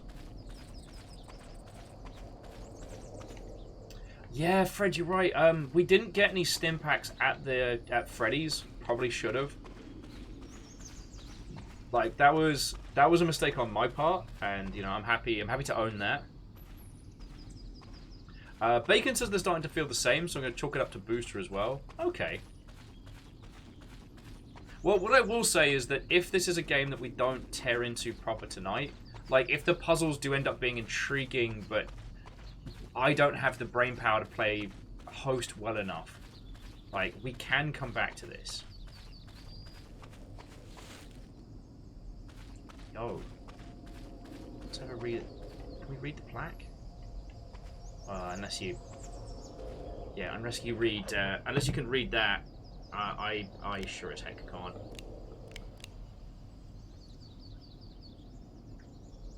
But yeah, Fred, I'm doing good. Oh, excuse me. He says, doing a big yawn. The puppies are doing great. River is exhausted. Having the young'un in the house is proving to be a very large challenge for her, and that's okay. What else is going down? I kind of feel like I'm in a water everywhere situation, because Joe would have been great today, would have been building some feckin' Gandams. You know what would be great tomorrow, if I'm feeling under the weather, working on some Gandams. But, because we're starting to pack up the house now to move next week, half building a Gandam right now is a dumb idea, because as someone pointed out, that's a really good way to lose pieces. And then we end up having with Char Aznable becomes Char Hopalong, you know what I'm saying? Although he tends to primarily pilot mechs in space, so actually leggies are kind of a moot point. But then I've already bored you all to tears talking about Gundam designs, right? Like, the reason I love the Nightingale, which is the big red one hiding beneath there, is because it's purely built for space combat. It doesn't take any... It only takes gravity into consideration as an effect that you may have to handle rather than as a constant. And I think that's really kind of interesting.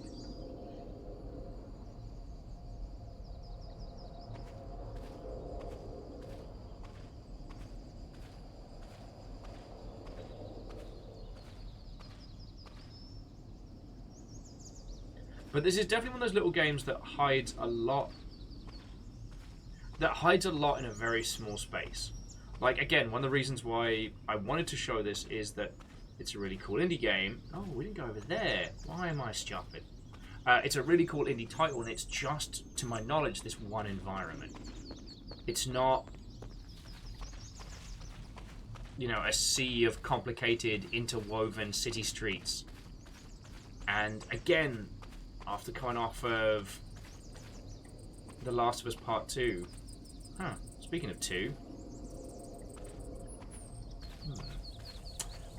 Wonderful noises.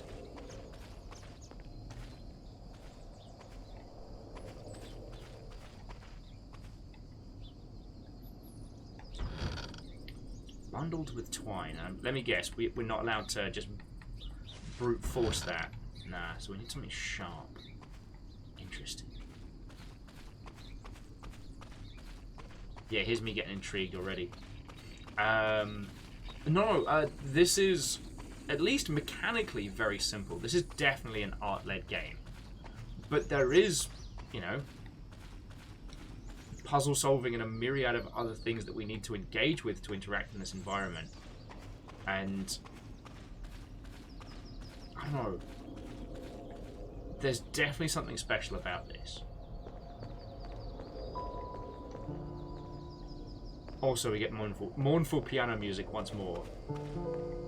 Maybe I should have picked like Samurai Gun or something this evening, you know? Something like Unsa. Maybe an arty tour through urban exploration wasn't the smartest of choices. Okay, yeah, we checked this room out because that's the many TVs. And this one should be the airplane room. Yep, this is the airplane room. Okay. And what noise does the airplane make? It goes... I don't know why I went there. I think it's because Rami's been learning to fly. Alright, when you understand the order, the Images will follow. Yes, there's the plane with the 7, but that doesn't have a date on it.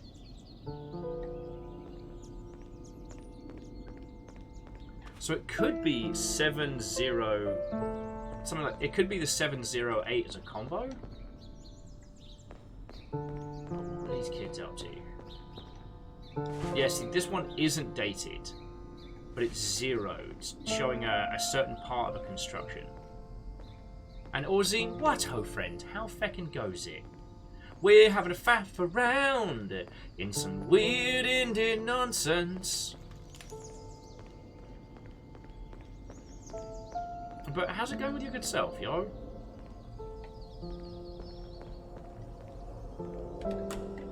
Like, I don't have much in the way of stories apart from what you've... Well, I don't know if you've heard already. We got our booster shots today. I'm just waiting for it to kick my ass. So I figured we'd hang out and do some streams and stuff. Oh, no! Sorry, Ozine was saying that they got their power back after today's hellish windstorm. Feckin' yo. I'm glad to hear you're okay. Sorry, I didn't know you were in that part of the world. Right, so here's where we started. The light will lead you. Occasionally down a weird back alley. Yeah, Ems, surprisingly indie horror that it... I can't even speak today. Surprisingly indie goodness that isn't a horror game. Like, despite the focus on limited vision and like light-based peripherals, this isn't a horror game. Gonna try brute forcing this with like 704. No, wait, wrong place. It's here, isn't it? Nope. Dang it! So steward. Oh yes. Okay, when you understand the order. Okay, so let's try 4, 5, 1. Nope. Alright, 7, 0, 8. Who wants to sing? Hey, Red Burning Dragon, thank you kindly.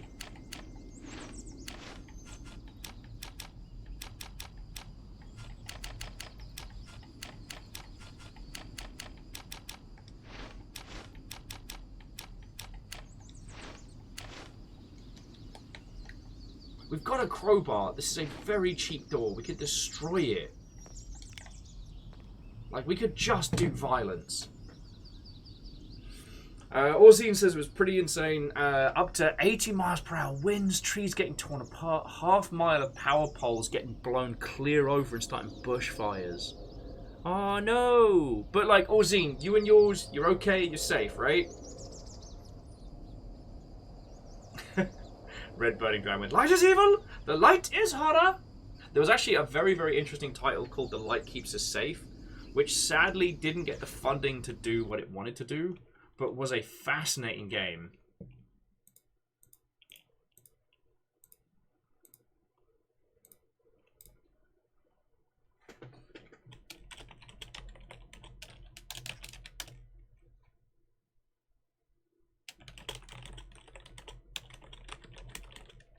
Okay, now we're good. We are okay.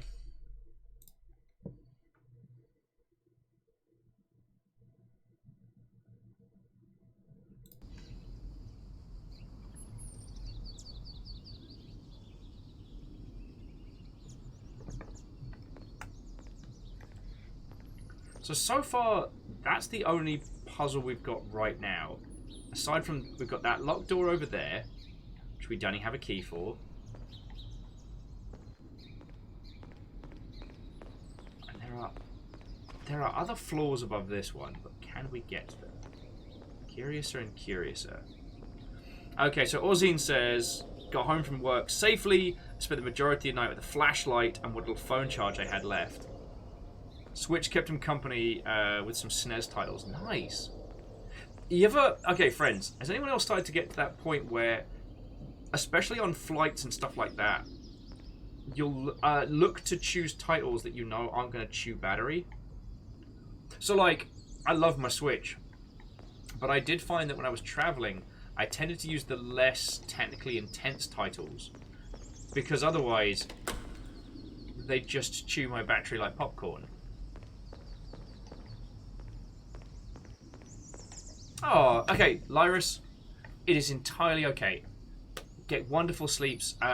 You probably won't see me tomorrow, unless somehow miraculously I come through this and I'm like fresh as a daisy, but the chances are slim and limited. Or slimited, as I'm going to start calling it.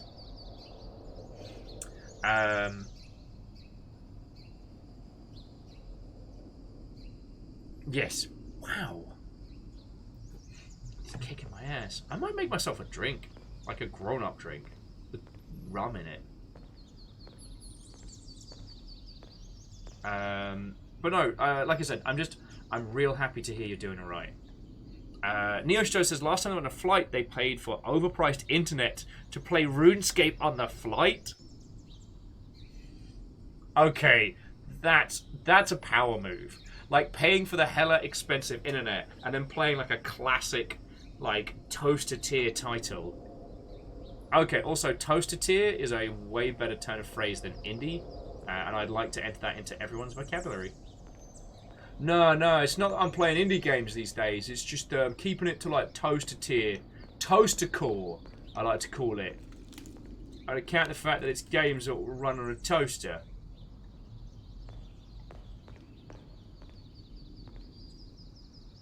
I think we can fall out. Wait a second. I've got an ID. Oh no, never mind. Never mind. The idea was dumb and silly. I was going to try and land on the chest of drawers that was beneath us, and see if anything came of that. Oh yeah, and Lyris, again, if you didn't get the news, Saturday is Dark Souls. Laura's having technical issues doing the Brothers Family. Yo! Aw, you don't have to... Lyris, thank you kindly. I was about to say, you don't have to throw in stuff and things. This is where we found the pipe, wasn't it? So I'm kind of excessively backtracking. So let's head down the stairs.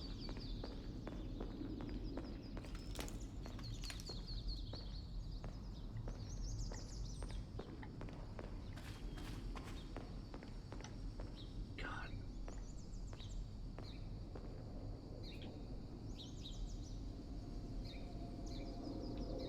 I feel like I can hear this soft piano music that's like on the edge of hearing, but it's not coming from this title. And that's feckin' fascinating. I feel like it would be very easy to make this just a straight up horror thing from the right now. Yet here we are. Alright, now this isn't going to work because we need electricity. The feckin' key... We need to find the key to the basement. Well, please tell me someone didn't leave it in the gross loos. We need to find the key to the basement because that's what's going to allow us access to the generator.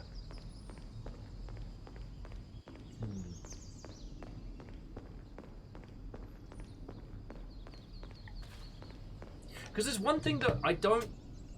Okay, friends, this could just be post-Booster Brain, but I can't think of a game that really sings to me of urban exploration. If you're not familiar with it, like, urban exploration is kind of a catch-all for the process of going into, like, you know, abandoned or decommissioned buildings and just going and having an explore. There have been some really good books about it, one of which Star recommended it to me, so I'm going to have to give a read. But there's something about urban exploration where it feels like kind of like... It doesn't feel like breaking and entering, it feels like stepping into a lost land, a tomb. Aha! We haven't been here. hang on, Burb. Burb. Burb. Friend Burb. See you later, Burb. Hey, Burb. Hey, Ernie.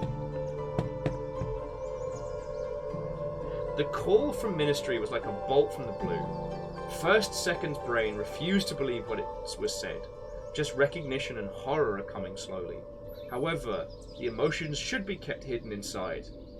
It kept calm and clear mind. Management is gone. Now I can guess why. And everything is leaning on our shoulders. We have to make a momentous decision as soon as possible. Ozim was saying the closest they can think of is 7 Days to Die, but that's more apocalyptic. It is. Now, 7 Days to Die has incredible environmental design. And I'm just going to wait until this new build is stable. And then I'm going to go to feckin' town on it. Okay. Got some keys. But what did the keys speak of? Hopefully that'll get us into the basement, turn on the generator, go from there. Sorry, yeah, if you didn't see it, there's a huge update to 7 Days to Die, adding a whole bunch of like new environments, changes, map spawns, things like that.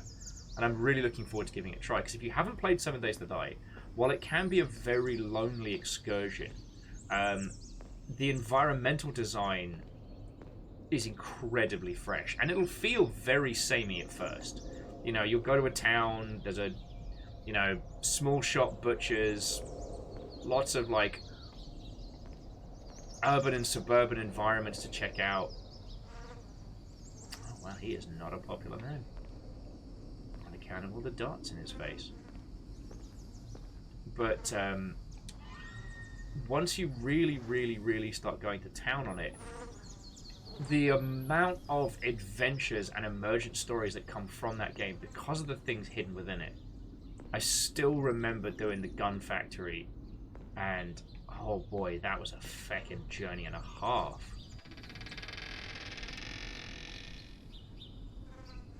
I did not like that.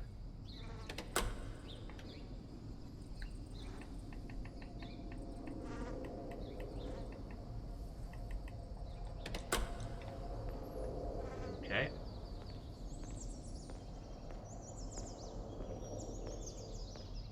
But I'm always trying to think of titles that really kind of can capture that sense of wonder and exploration. I'm gonna go see if we can get to the basement, which would usually be an idea filled with trepidation, but in this game, weirdly don't feel it. Because if it's not into the basement, we can try the outhouse.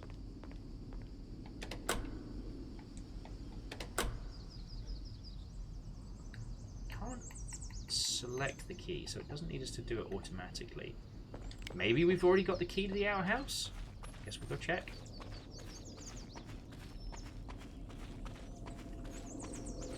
But yeah, like aside from 7 Days to Die, does anyone have any games that spring to mind? You know, when I say like, you know, a game involving urban exploration, like what does your mind conjure? And are there any titles that you feel really evoke that already? And I'm not, this isn't like a challenge. I'm not waiting to go, aha! Like, I am struggling to think of some. Again, that could be because, you know, my body's pumped full of weird new bugs. And my immune system's like, wait, what the fuck?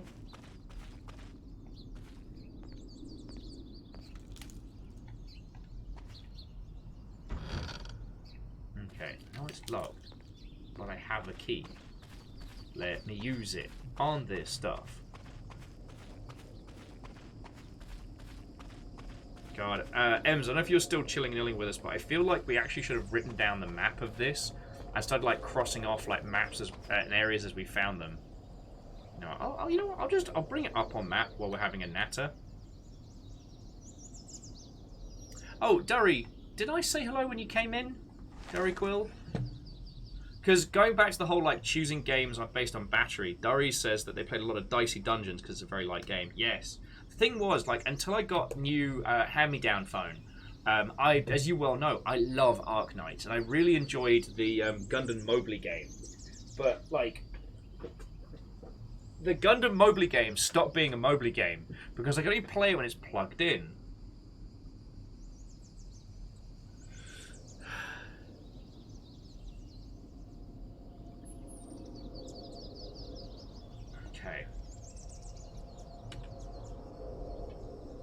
Yeah, I feel like I need like a scribblable version of this building map.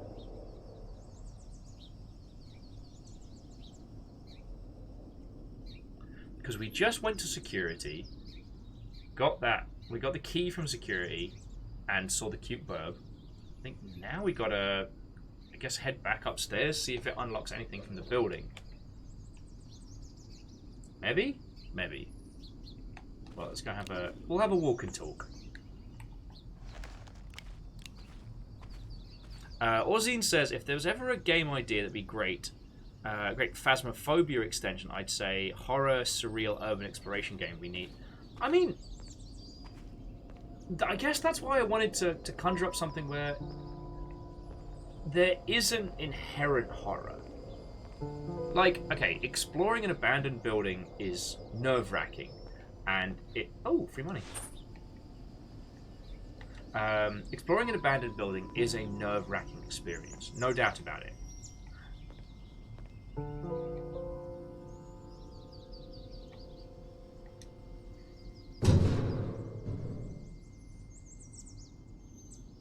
No more freebies. But it isn't inherently horrific, and I think that's what this is capturing. Like, there's still a bit of nerviness about this. I wouldn't go so far as to say there is nothing. Oh, okay. How did we miss this? We got instructions from the director to fix the reserve generator, which were placed in the basement. Supposedly, we had many new problems with electricity. Although there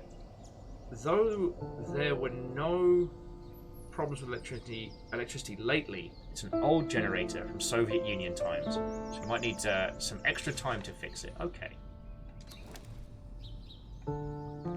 Okay, and these little lamps work really well as a way to show us where we have and haven't been. Sorry, I keep losing my train of thought. It's going to take some doing. Yeah, I reckon, Ems, you're right, that we need the... Aha! The green key.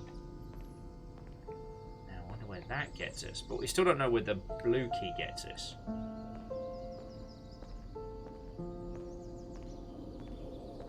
I think we explored this area already? Yes, we did.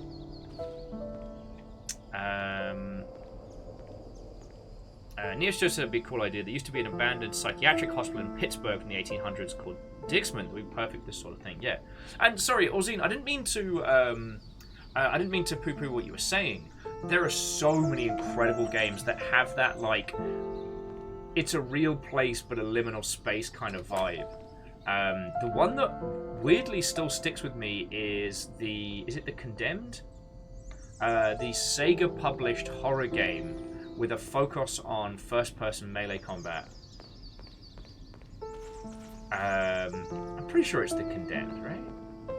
Alright, let's see if... Oh. Alright, so we opened up the lecture hall.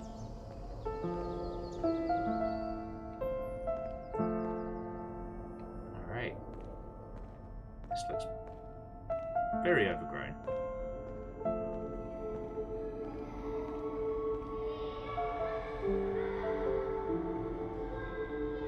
Ah, yes, Orzine, you're right. It's Condemned Criminal Origins. A terrible... a series with so much potential. Still breaks my little heart, but, you know, you can't win them all. Not every game can be a banger. But very, very strong starts. And definitely still worth, like, a bit of research. That one used the liminal spaces... No, sorry, I should start saying liminal spaces, because it's not liminal. That is surreal. Oh man, the way it's projecting the shadows is bizarre. Sorry, but yeah, Condemned used the urban exploration vibe very well to the horror. I think the level where you're going through an abandoned shopping mall and it's just full of mannequins, and they use that to throw you off because you're there with a flashlight and people are ready to run out and like wail on you with fists. But you don't know where they are, and you're looking around with a torch, and it works so well. But the thing is, horror's not easy, but evoking a fear that doesn't have a fight or flight or a point of conflict in is hard. I think this is why we haven't had a really successful parkour game. We've had parkour successfully in other games, but like, there are two kinds of free running, which is like the fluidity of movement and essentially the subversion of environment. Now, also, there's a school of parkour which is basically just doing gymnastic tricks on the streets, which is cool too. But like, at its core philosophy, parkour is about fluidity of movement and subverting the use of day-to-day environments in pursuit of fluidity of movement. If you didn't know, parkour in its origins is very arty and very French. And actually, the guy that ended up being wildly successful and spawning free running as a movement was a splinter from that group because he wanted to do fun, cool things. And the rest of the group was like, no, we have this manifesto and philosophy and stuff. It's very French. Anyway. I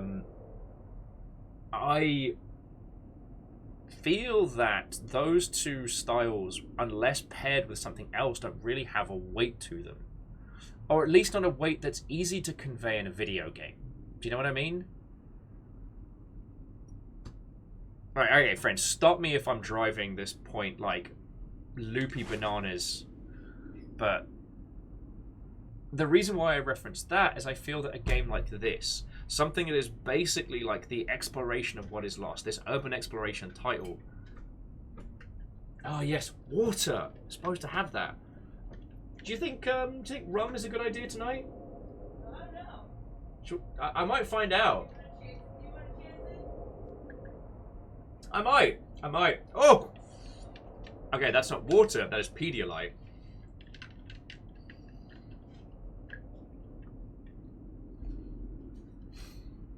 Okay, and Hookshot, welcome back, if I didn't say that already. Yeah, it's very, very difficult to evoke a feeling that isn't based around conflict. And perhaps that's due to the inherent... When I say conflict, I don't mean like daka daka daka, stab stab stab, I mean like, it is you versus me. It is you versus this puzzle. It is you versus Tony Hawk's Pro Skater. There is a conflict point. Like, Bubble Bubble is a conflict game where you have two puzzles going on simultaneously. It is not a violent conflict, but there is definitely two sides clashing. Chess is a game of conflict. There can only be one winner. And unless you're playing shot chess, it shouldn't be violent. Or chess boxing, but that's basically like shot chess, but less fun. Because you have the physical exhaustion and the mental exhaustion from taking blows to the face while trying to do chess. Why not achieve the same results, but with booze? Okay, Fred, you're right. You do turn your enemies into food and then eat them, but you see my point. With a game like this, there's no conflict point. And I think this particular title, we're solving a mystery. The mystery is ours to unfurl. But when it comes to urban exploration, like, the subtleties in environmental storytelling that you'd need to evoke, and the manners in which you move around the environment, like, I find it fascinating. And yeah, I think that's why we haven't had a good parkour game. We have had, like, Assassin's Creed as a game would still have slapped without the rooftop free running. It wouldn't have been as iconic for certain. You know, there's something heckin' cool about, like a squad of, like, hooded ninjas flipping their way across, like, you know, peak Renaissance Venice. Like, fuck yes, that's cool. But even if Ezio Auditore couldn't do, like, 8 backflips into a bale of hay, if it was just him moving through crowds, like, smoothly and subtly, and then just, like, stealth stab and then drifting back into the crowd, that would still slap. Do you know what I'm saying? The parkour elements there are a lovely garnish. And they're used to two good effects. One being fluidity of movement across rooftops, and the other being solving puzzles. Now, okay, I know you've all played an Assassin's Creed game, and you all know this, but I love talking about it. And I'm not trapped in here with you, you're trapped in here with me. The big the big points on the map, even in the early Assassin's Creed games, that open up the areas on your mini-map and let you find additional elements, they're usually iconic buildings and 2, puzzles. You have to work out the right way to get up and where to leap across.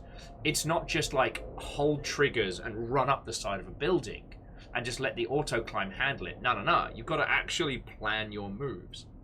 And this was somewhat used in Far Cry's towers from Far Cry 3 onwards, but that didn't have that parkour fluidity of movement. That was more like first-person puzzle solving. So yeah, I don't know how you would set about creating a good urban exploration game. Now, one of the projects that I've been chatting about with a friend of, and we're at like pre-production, I really like the idea of environmental storytelling and more of an archaeological exploration. But I feel that with that, you're a little bit more on the nose when it comes to how information is delivered to the user. With urban exploration, you can be a little bit more casual because we can confer far more from the environment than we can from like ancient, strange, gothic ruins. Do you know what I mean?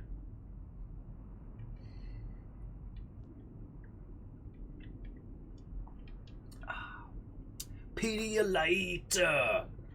It's full of electrolytes, and as you well know, friends, it's what plants crave. I'll tell you what, I'm going to kill half of this, and then I'm going to put some ginger ale in it. Anyway, it's funny that I put down in words. Sorry. But every forgotten or lost item by somebody, every word which was scratched on a table or chair, might be the significant part of the history here. Wow. Interesting, in the future, will all this matter, just as we value ancient Greek anaphora? I know the word, but I am pronouncing it horribly wrong. I mean, that question is very on the nose, but it's a valid one. You know, what will be left of us? No. Don't be spoopy. Told you don't be spoopy.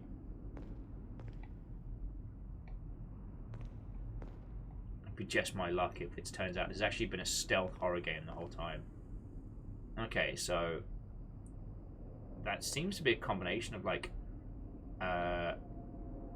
okay, breakers up, up, up. Oh, but it's missing a piece. Does not work. No electricity. And we need to find an additional breaker.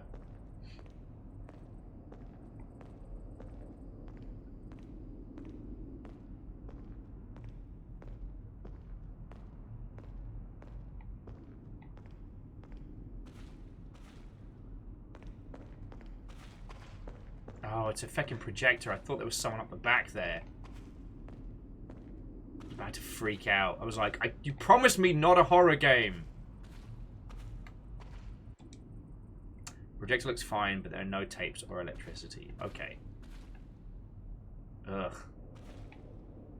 Here we see an ancient fedora. This hat lets us know that whoever was up here was a douchebag. A douchebag. Okay, students, if you can turn your page books to page 147, you'll see we have an atypical article on the douchebag, a subset of culture, well studied.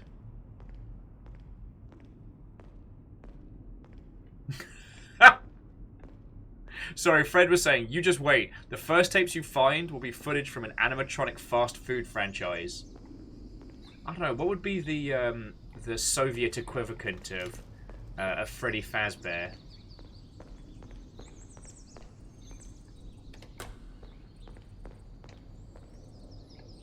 So it does feel like some of these areas are opening up as we explore. So, alright, okay, so this was our start here. Thank you. Alright, so this will help us move around a little quicker. I just want to check the upstairs. Although now I think about it, without power, none of these tellies are going to do diddly. And we've got into the lecture hall, so yeah, we'll head down the floor. Okay. But yes, so the project that I've been prototyping, you know what, it's not even prototyping phase, it's just like design and concept. But it's mostly based around the idea that you are exploring something that is long lost. So you're not using your knowledge of the real world to solve puzzles. It's more along the lines of, you know, can you understand this civilization that came, went, and keeled over? Can you understand what they were going for and their goals? You know, their hopes and their dreams. You're kind of tread softly for you tread upon my memes territory, you know what I'm saying? But that, again, that isn't urban exploration. That's just regular being an archaeologist. Like, go hang out with a bloke with a whip and a hat named after a dog. Like, you're in the archaeologists club then.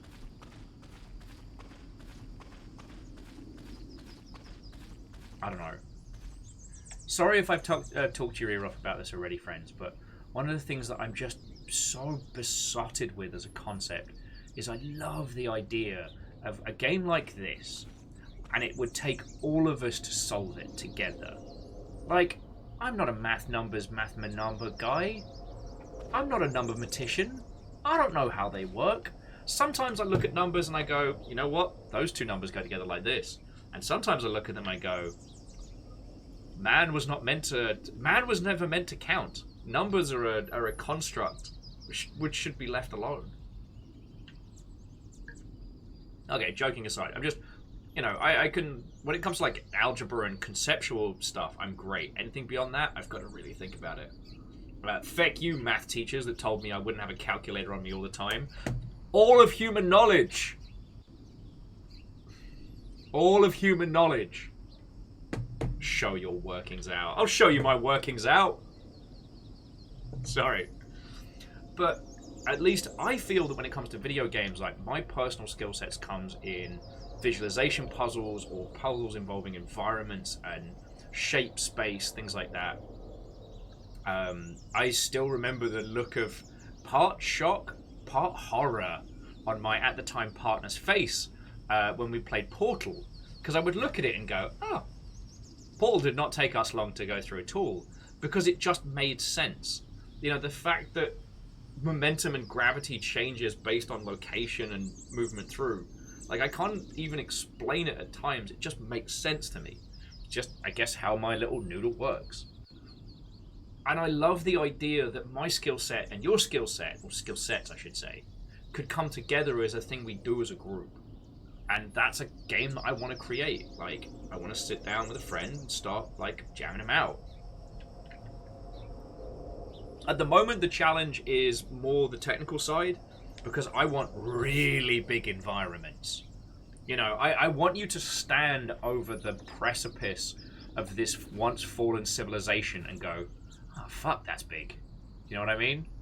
I want that wow moment.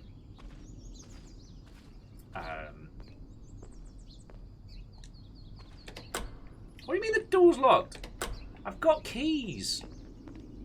Oh, and Clank, good evening to you. How goes it? We're having a little faff around on this game called The Light, or I should say The Light Remade, because I got my booster shot today, and the chances that it's going to kick the hot feck out of me tomorrow is very high. So, I'm going to spend time with everybody today, and that way, if I'm non-functioning tomorrow, I don't feel so bad. Anyway, how's it going with your good self? Oh, sorry, jumping back in. So Orzine says there's a Darkest of Hillside Thicket song that comes to mind. The title was some things man was not meant to know. Yeah, like numbers. We're 2 keys deep and none of them work out here. Alright, well, let's go check that shed. And if not, I guess we go back indoors. So Clank says they're on a quest to be more social. Caffeine mentioned.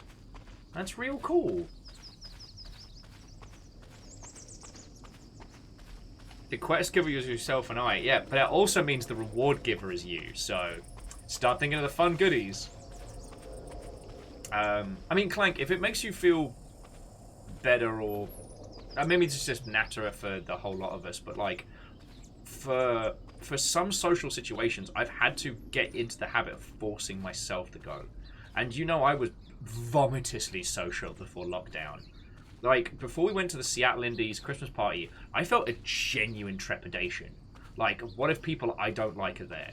What if people that don't like me are there? What if someone who really doesn't like me shows up and then talks to the guy that owns it and then says mean things about me, and then people are like, oh, Will's a mean doo-doo dumbhead, I guess he's got to leave now.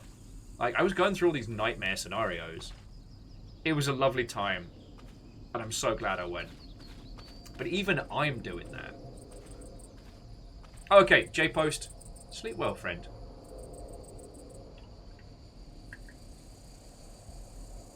Remember, J-Post, it's not breaking and entering if you start inside the building. Oh, we don't need... We've got coins, gasoline, and a green key. What we need is a knife to get into there. Also, this Geiger counter going ballistic. I feel like I should turn this off. There we go. As we all know, like, turning off a Geiger counter means that the radiation stops. That's just science. Ozine was saying the darkest of hillside thickets is a pretty good Lovecraftian themed alt rock band. Oh, way cool.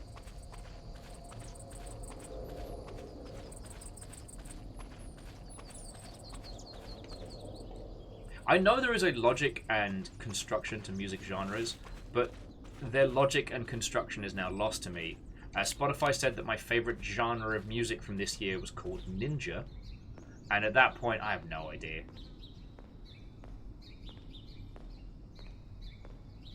Although slowly learning that a lot of things that I thought were complete nonsense growing up are actually like well crafted deconstructions of varying things has changed my opinion on music quite considerably. Okay, no. Always with the gross toilets. Oh. Like, you'll keep making gross noises like I'm supposed to come over here and check it, but I don't want to.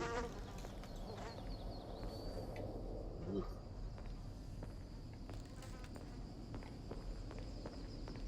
Oh, I'm just gonna... Oh, that light doesn't turn on.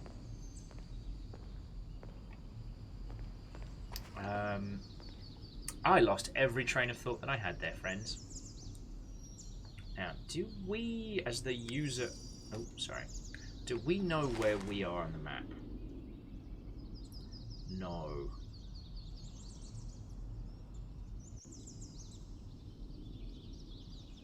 Alright.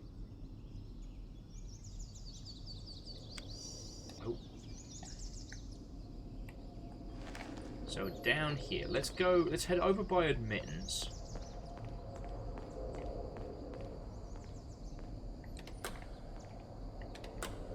Still doesn't open. We'll head over by admittance because I know where that is. Although this could be new. Alright, well we're out of keys now.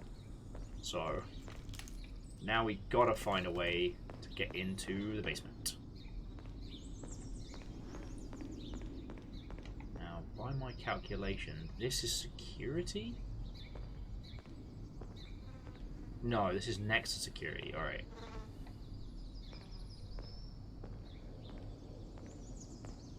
Like a knife or something.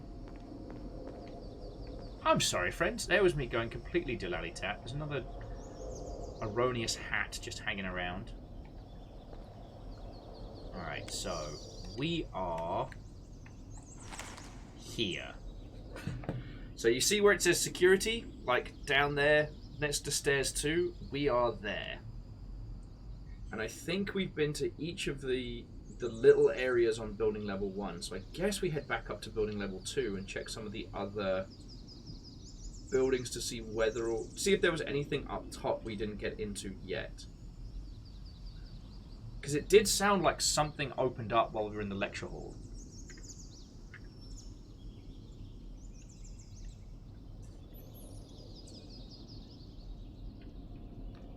Not sure where.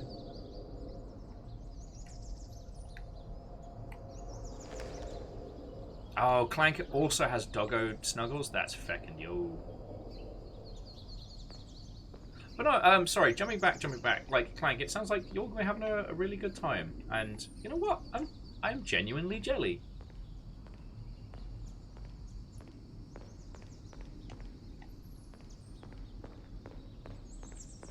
Alright, here's the alcove. The fact that this teddy bear actually hasn't jumped out and ooga booga'd us yet is actually making me more nervous. Is that weird? My expectation of a game like this is that it's going to feck with me, and this game's like, nah, you just explore, have a good time.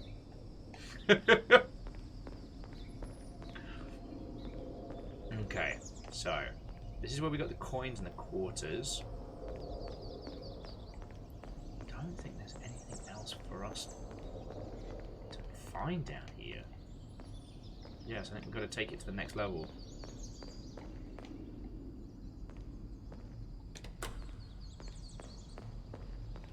Yeah, and Clank, I wholeheartedly agree with you.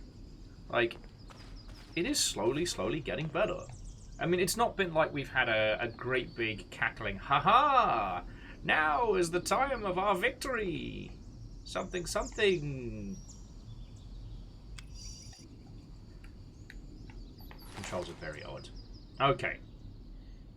So, we are here. You see where it says teacher class? We're here.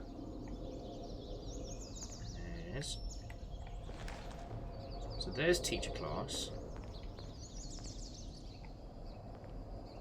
which would mean this was where the telephone was supposed to be.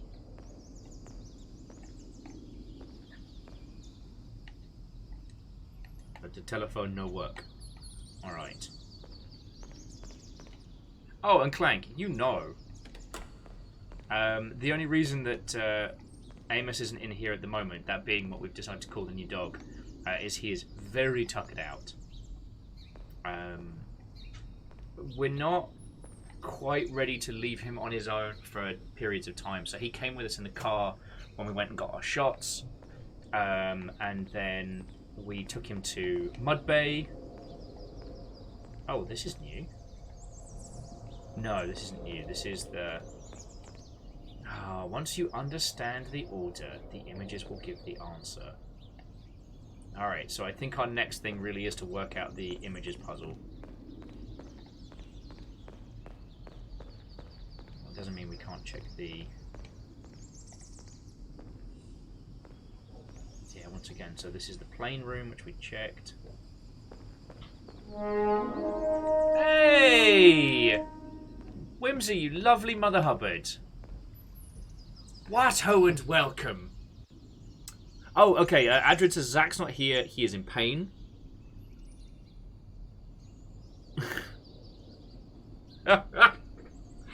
Whimsy, okay, because you have to make a move, thank you kindly. Mikanuku, thank you for the follow. I will look after your lovely, lovely lot, and I will talk their ear off about urban exploration and arty-farty video games. Yeah, you've dropped him in on the Will's had his booster. Online. Sensors online. Weapons online. All systems nominal. My shoulder hurty but hold these.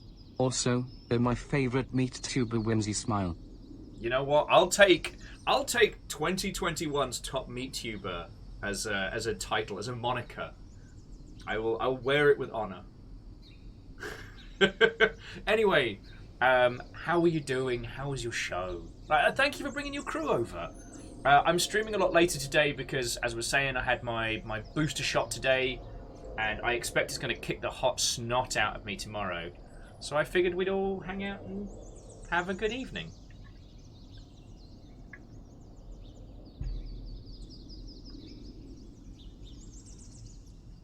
And Clank, I see what you're saying, and anything that me and the rest of the Longship can do to help with that, you know you feckin' got us, alright?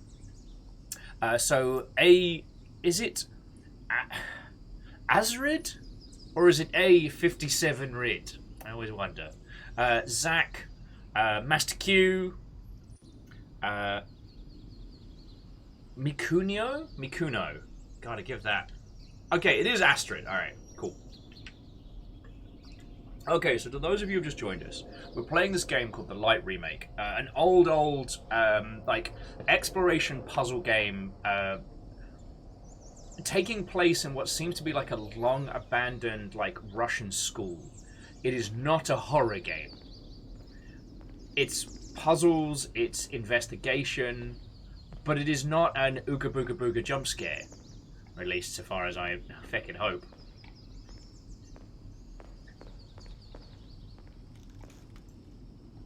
Like, this game is just about trying to discover what happened here, and that's what led us to talking about, like, urban exploration and stuff like that, because that's very much at the heart of what we're going through. Ozzy, what-ho? How goes it? Okay. Ozzy, I hope you have a lovely rest of your evening, and thank you for stopping by for this very weird, very kind of abstractian conversation. Yeah, I could tell you there's going to be less arty-farty banter, but that would be a big nonsense lie. Okay, so as Whimsy probably had to make a move, what was Whimsy streaming, and how was it? I guess I'm just curious. Welcome to the terrible pooping stations. Nah, dude. Fearless, you have nothing to apologize for, friend. You are a person with beer and a sandwich. Let the elements bow before you, for you are winning at life. I went for grocery store sushi in mass quantities for lunch, and it was everything I hoped. And a little bit more. One of the dangerous things, friends, about being in the US is that you can get grocery store sushi that doesn't taste bad. Like, it's not going to set your worldview on fire. You're not going to have it and go, oh, this changes my life. But it's good. It's not dry. It's tasty. And you can acquire it en masse.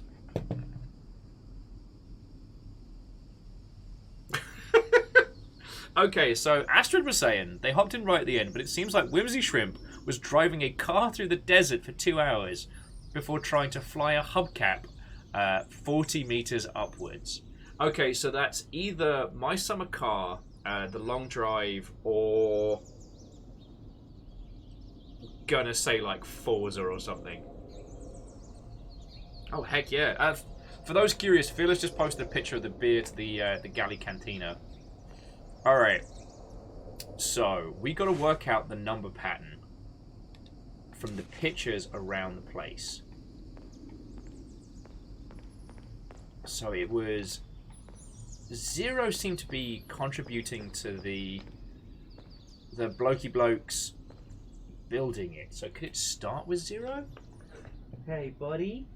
Hey, Amos. Hey, Amos, buddy. Hello. Amos, you good, buddy? This is our newest puppy. This is Amos. Hello. You right?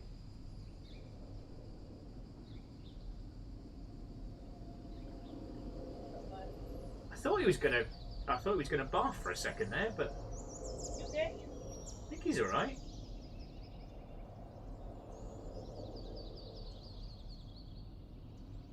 Okay, that's Amos. That's our new puppy. Gravity Queen, what ho? Amos has been with us for 2 days. This will be his 3rd night here. And he's settling in real good. I mean, it's a breed of Fiona's raised pit bull before, so she knows what she's doing. As opposed to me, who is drastically out of his element. Like, I have had dogs all throughout my life, like growing up. But like, I grew up with lurchers, and I'm starting to understand how much easier they are to train. I mean, they're heartbreak dogs most of the time, but...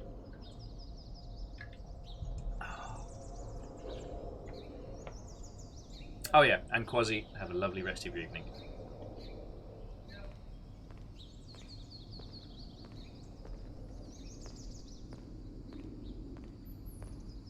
Okay.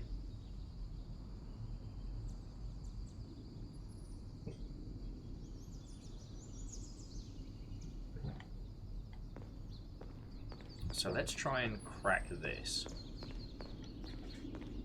Okay. Oh, sorry. When I say trying to crack this, so what we're trying to crack is there's a 3-number combination in here. Just for those of you who've joined us, if you want to join in with puzzle solving, you are cordially invited. So, to get into here, we have to work out this 3-number combination. Now, around the environment, we found a few of these pictures. So, like, here is like a little MiG with the number 7 on the side of it. And we found a construction guise with the number 0. We found like a group picture. Where was the group picture? That was probably downstairs, wasn't it? Yeah. We found a group picture of people by a lake house, which was 4. And it says if you understand... To understand the pictures is to know the order. I mean, Gravity Queen, you're not wrong. It's not too many to brute force it, but we have 4 numbers and only 3 work. So that's where it kind of throws us. This is funny. Oh.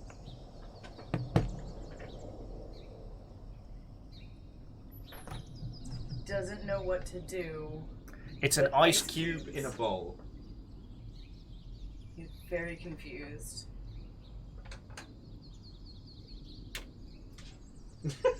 Yeet. Over here, bud. So yeah, we're gonna take a break from puzzle solving for Pitbull versus Ice Cube. How am do? He's mad at it. It's too cold. He's not a fan. It is going towards electronic. Where is it? Where is it? Is it here?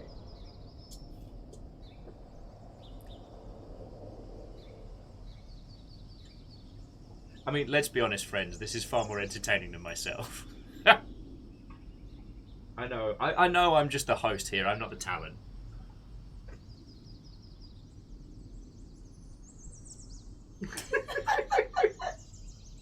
Doesn't know what to do with it. Oh, you're doing good, Amos, buddy. You're doing good. Yeah. You tell that ice cube. Yeah, you tell that ice cube. Stop being ice. Be water. Yes, good. Good man. We have given up on the ice cube struggle. And that's okay.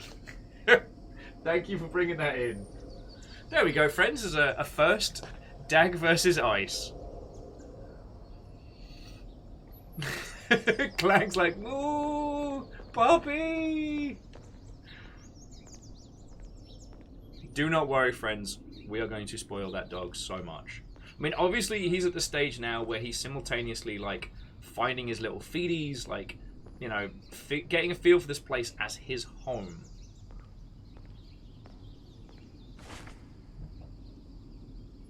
But also, we're making sure that, you know, he doesn't get any, like, bad habits and stuff like that. Oh, Astrid, well, I'm glad you enjoyed. We named him Amos after the character in The Expanse, and he is a sweetie. Plus, because he's like a little short-haired pit bull, you got to give him like a little coat, otherwise he gets cold during the winter, which is feckin' cute. Like, it's hard to fault that. Oh. Okay, so sorry, this was one of the photos we found, which is just a group of ladies outside that house, which I believe we found elsewhere. Well, sorry, we found a landscape picture. Ooh, okay. Here was something we missed. Okay, this one isn't dated, but one of the others was. So it seems to be like pictures of the construction. Okay, Moscow University for the Humanities is Honorable Education Authority of the Russian capital, which get a surprising reputation and showed the world a lot of talented specialists in the science of law, psychology, neuropsychology, and marketing. The third building is the youngest. Haha! It was built in 1980 by the Soviet Union workers. You can distinguish it by its strict style, which is very popular these days. This monumental building shows all the power and greatness of national education and gives props to the sponsor for provided help and support. Hello? Got both the kids in now. Hello. You everybody okay?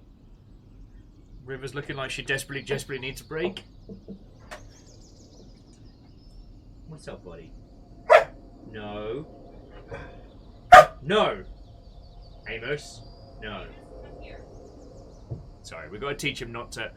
When he wants to play... No! When he wants to play, he barks. We are training him out of that. River is entirely done with this. Oh, don't worry, River. He's going to get better. The boy's got to get on. Amos is a lovable shepherd. Sorry, where were we? You know what, friends? I feel for this game right now. Because I feel like every time I try and focus on it, Amos or River does something fecking adorable. Okay.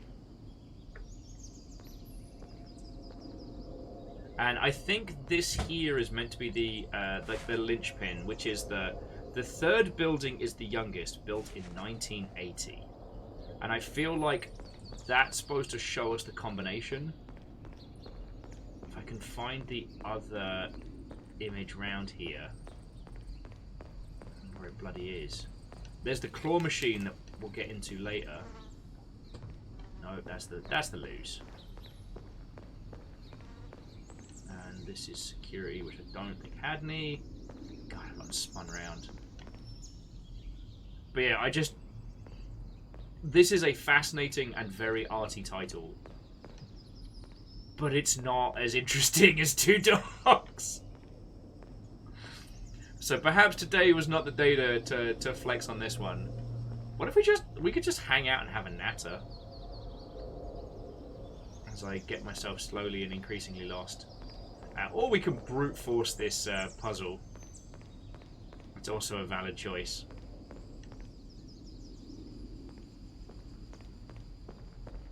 They said this game only lasts a couple of hours. I don't think they underestimated my level of capacity for problem solving today. Sorry, I'd say they overestimated my capacity for problem solving.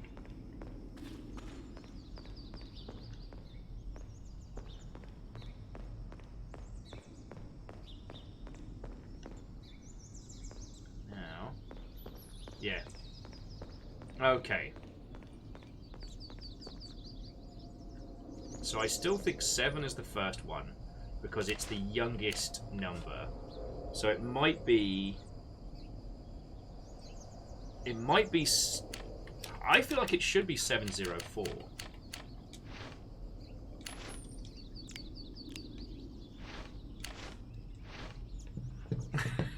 Sorry, Clank was asking if we're going to get Amos DLC for an airport for aliens currently run by dogs. If he would stand still for long enough, yes. It's only occasionally when he's sleeping you can get a picture of him, but really only occasionally.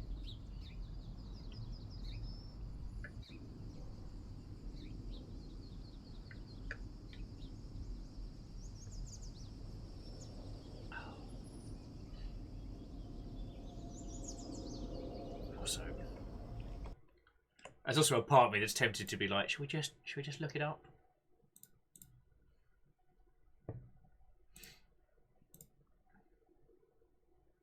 No, bad will. We're not going to look it up. We're going to deprive ourselves of a good puzzle. So the jet fighter is 7, which is a MiG. 0 is the 2 guys in the scaffold. 4 is the lake house. 8 is the construction, but that's in 2001. So I wonder if that's the left out one. So maybe it's 0 guys building it, 7 jet, 4 lake house. Let's try that.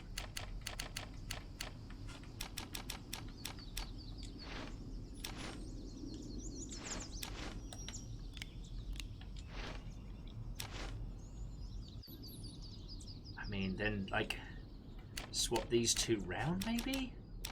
Ha-ha! Alright. Film reels. tapes for a projector. But we don't have a way to get into the basement. Yet.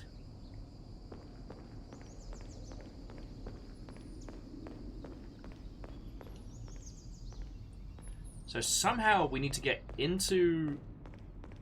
Okay, somehow we need to get into the basement to fuel up the generator to turn on the power. All that's left to do is turn on the electricity. We also need to find a switch for the breaker over here. So I feel like we're going to have that Myst-style puzzle-solving cascade, you know? Because in here's our little, like, breaker room. But one, it's missing power and it's missing an additional breaker switch.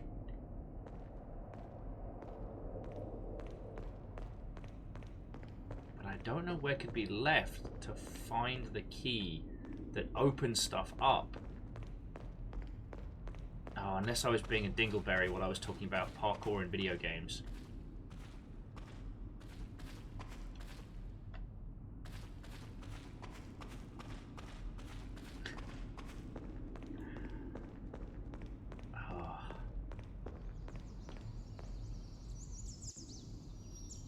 I'm going back outside.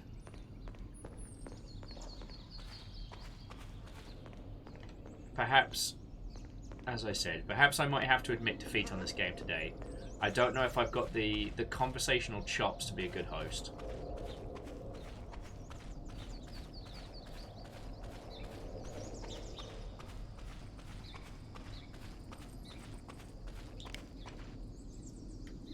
Because so far we've collected... yeah, a pipe, some gasoline, and some coins. I don't even know where the coins go. We need to cut a piece of rope. But with what? So much sharp glass around. You figured we'd be able to make like an improvised stabber. But... apparently not.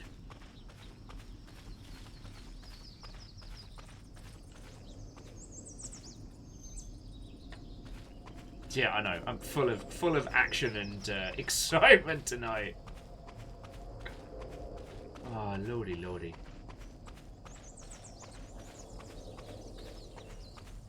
At least you'll know you won't be missing out too much when I'm not here tomorrow. I'm just curled up in a ball, feeling sorry for myself. Oh wait, don't tell me there was a basement or something here and I missed it. Oh, what if I've been stupid all along? Okay, actually not too bad.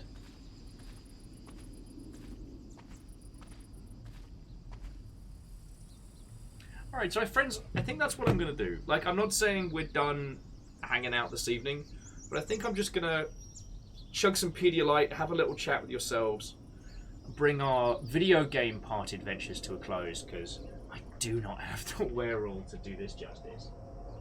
Oh, poor man. Amos was a little sick.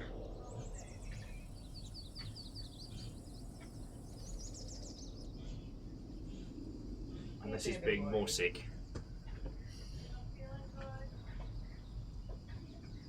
Hopefully it's not payback for the ice. And by the sounds of it, I might need to go be dog dad. But I tell you what, friends, like... I really do recommend this. And I apologize for not being on point enough to like show you this game well. But I think you can understand why I think it's worth your time. It's just environmental, like urban exploration as a game setup. The remade version came out last year. So it's not like a hauntingly old video game. Oh, poor Bob.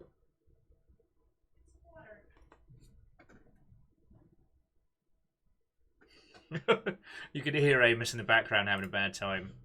Poor buddy.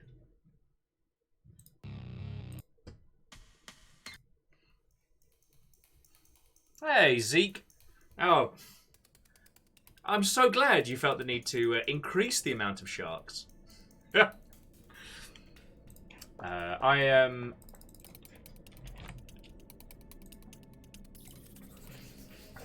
I am post-booster shot, and we're just chilling and illing. I was going through like that little like environmental puzzle game, but I think I just want to have a hangout and a chat with you lot. If that's okay.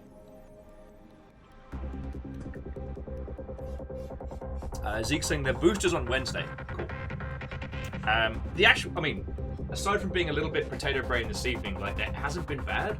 I don't expect it to start kicking my ass until about tomorrow.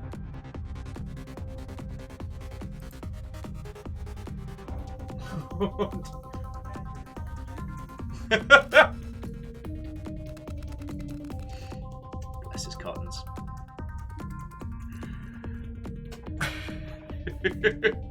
I'm sure you all heard that. But yeah, Zeke, that's why I was doing like a late night. I was doing a late night stream this evening, is because I don't think I'm going to be able to function tomorrow. So I'm just admitting it now. Just hanging out with everybody. The first part. Oh wow! So Zeke says that the second one didn't give him trouble, but they had a fever for a few hours after first shot. So first shot made me kind of a bit run down, but not too bad. Second shot knocked me on my ass. Like I was like flu-like bundle of death, just like down there. Make that noise. Which is what I'm expecting to experience tomorrow. It's going to be hilarious. Wait, no. What's that other thing?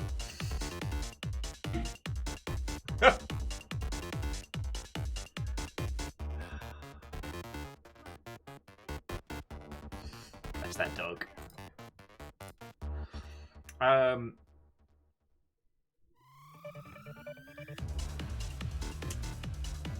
Whatever it was I was about to say dropped right out of my head. I was just... Amos was just kind of hanging around there. Bless his little cottons. We're also moving house next week. So we're moving, and we got a new dag, and we got our boosters all at once. Oh, and Fiona's in a new job now for a couple of weeks. So we're just kind of like bolting it all together.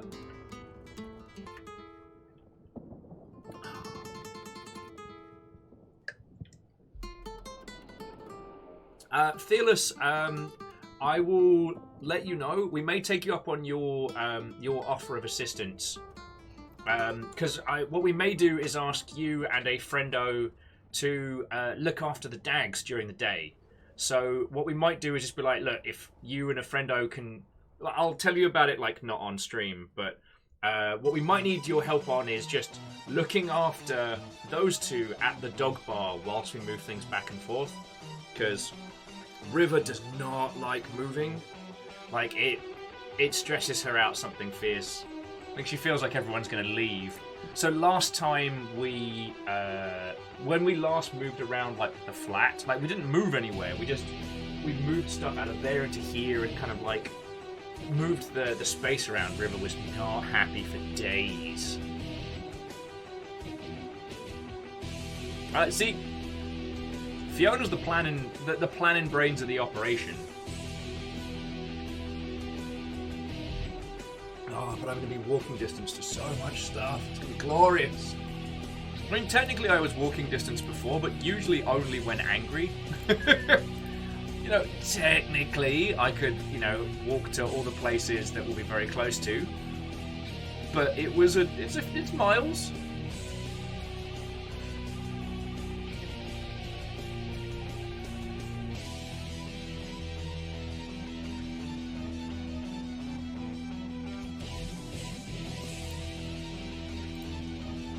Oh, okay. Oh, Fearless, like, sincerely thank you, friendo. That's real cool of you.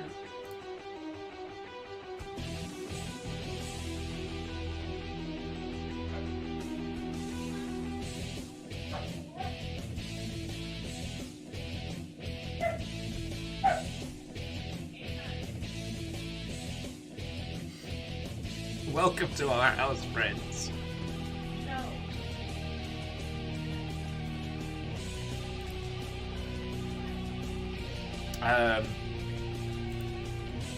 Okay, these tunes are not fitting me for this evening. Need some smooth jams.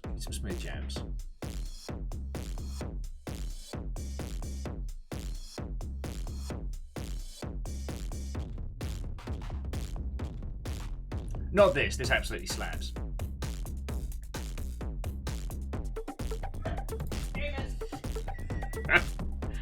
God, I might have to go. Be useful.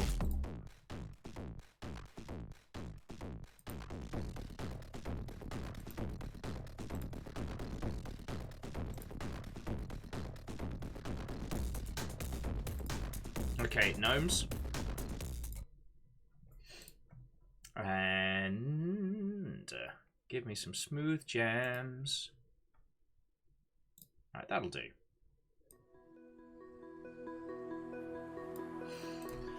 Oh, yeah, I guess I am a bit of a potato mode this evening. How's he doing? Alright, I'm happy to report Amos is fine. He's trying to get River to play. River is not having that.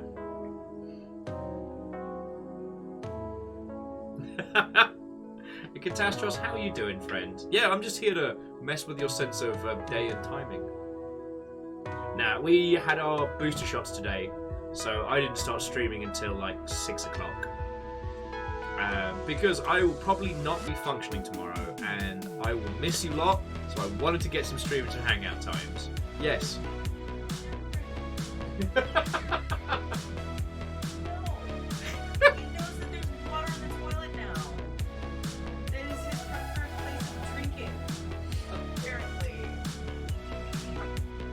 Oh, good. So now I've got to leave the door closed in the toilet.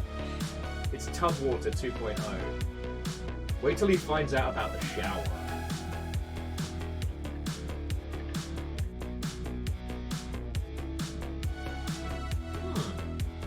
Okay, Phyllis. Yeah, no, I'll keep an eye out for that. And Catastros, a good morning to you. But yeah, I wanted to hang out with everybody before calling it an evening. Shocking as it is, I genuinely like spending time with you lot. I know. It's shocking.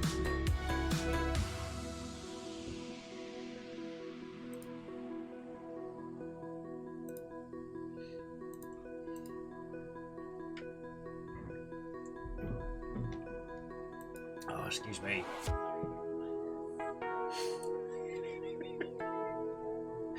I'm just listening to Fiona get sassed by the text.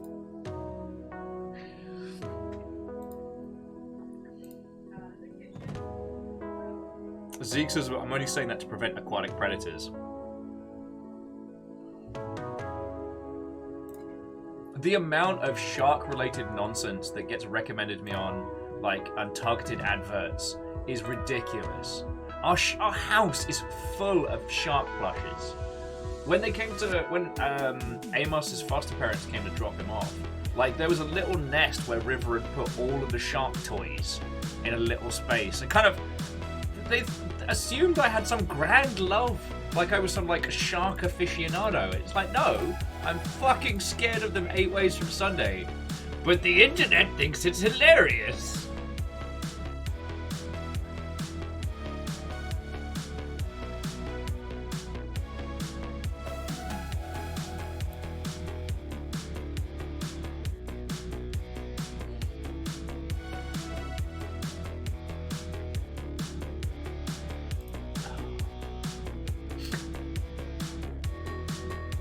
Zeke says, you said it, not me. Zeke loves sharks from afar, like in photos and stuff. Nothing has ever made me want to move to the center of some kind of arid feckery mall.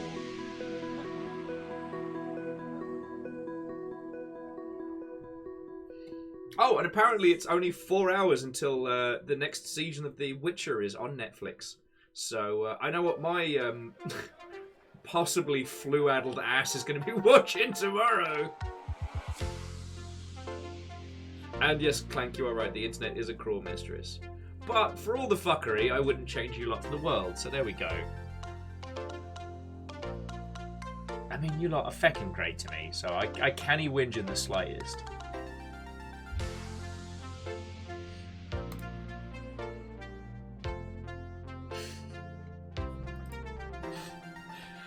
Oh, God, I've got so much to do, so much to pack, so much to put away.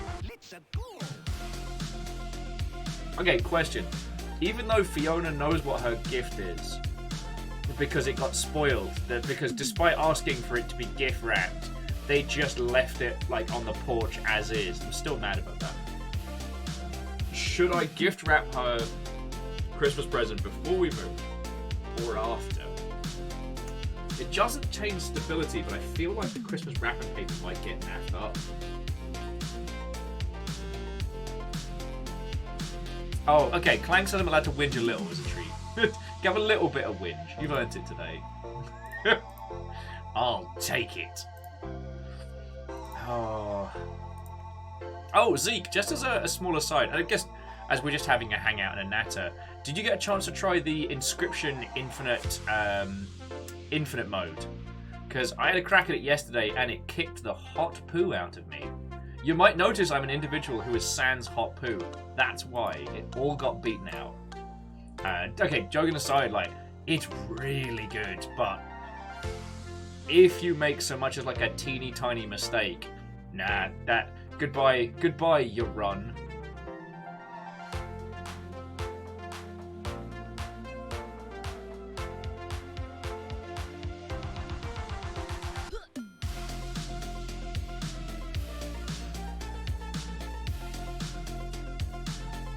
Okay, Dastros, Merlin's shrink down a house to the size of a knapsack spell is woefully underestimated in power. Like, that thing is up there with, like, Polymorph as incredible superpower spells that are not used thusly. I think it was it Mob World? Yes, which is Yahtzee's book, in which the polymorph spell has a time limit on it, because if it didn't, it would be the most powerful spell in existence, and thus negate all other forms of magic. Okay, so Zeke says they haven't yet, but I'm interested. Realized the extension update, it seemed to go all fine until Twitch broke the config page. Yeah, I'm real sorry about that. Oh, sorry, the extension update that Zeke's talking about is, I don't know if it's visible on here, like, because I know it's still enabled, but I don't know if it's broken. Basically, friends, Zeke made an extension on this Twitch.television that shows all the emotes a channel has. Zeke made that. You can find it in the extensions backend if you need it.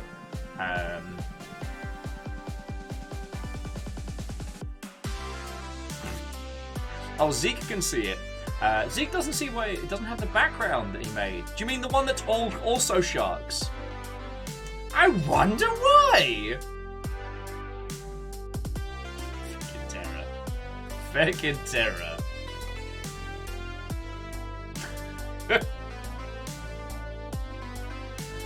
I mean, I guess you gotta amuse yourself somehow, right? Yeah.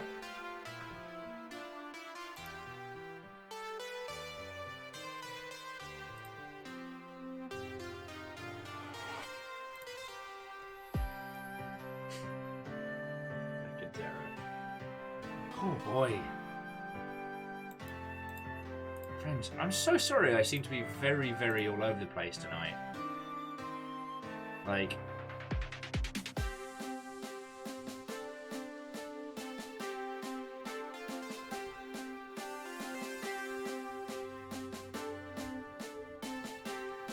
maybe I have to admit defeat. Maybe I can only do 3 hours. Maybe the booster has taken a little bit out of me. God. Sorry, just Zeke adding. They do. It's hard being Zeke. So little time to play. And yet you find time to play with me all the time. And not in a fun way. Realised immediately as I said that out loud that could be misconstrued. Oh, Alright. So I tell you what, friendos. Oh, Katashos was adding they went back to KOTOR 2 yesterday for a bit. That game still has the single best depiction of the Force, yes. As well as, like, Star Wars. It's so good. I do recommend something like the improvement mods and some of the mods that flesh out the quests that never got finished. The ones where they wrote the dialogue but had to trim it back because of time constraints. It's still one of the best setups. Though I forget who I was talking about it with today. It might have been Caffeine on the Long Ship. That the announcement of the new Star Wars game, which is based in the High Republic, was an incredible trailer that genuinely made me intrigued for a new Star Wars game, and then immediately ruining it with by Quantic Dreams. And I was like, So, I am hoping that there's more than just that being made for the High Republic, because I'm really curious to see what they do with that. If you're unaware of it, so the High Republic is the new Star Wars push, which is a series of comics and games and creations made during the height of the Republic. You know, when Jedi were, running around the galaxy trying to keep everybody safe. You know, when the Galactic Republic was at the height of its power. So more character level drama, or I should say character level stories, at a time before things went bad. Hey! And Cryostic's what, ho friend? Hello. We're just having a natter. We played a very, very interesting indie game, but I'm starting to feel at least the draining effects of the booster shot. So we're just having a natter and a hangout before I call it. How are you? How was your stream? Tell me your tales, what, oh friend? Sophie was saying that the High Republic got some flack by certain parts of the fan base. I mean, I love talking about Star Wars, and I love talking with people that are passionate about Star Wars, but nothing these days makes me recoil in fear as hearing the term Star Wars fandom. Right, and yes I am, Numbers, yes I am. I mean, I'm just having a natter at this point. God. I understand there's been some beef with new Star Wars stuff because they've basically been cherry picking from the extended universe, and it'll be interesting to see what the High Republic does, because they'll have no baggage, no Skywalkers, no lineages, no nothing. I mean, when the High Republic takes place, like, it has been so long since Revan, they would have to do some serious backflips to shoehorn it in. And I like that. I like the idea of these little self-contained stories they can do within this world. Now, obviously, Quantic Dreams will biff it, and they will biff it hard. And I will end up being sad and disappointed about it for a while. But my hope is that other creative teams will get a crack at that in the same space. And hopefully we'll see some really good stuff. Hopefully.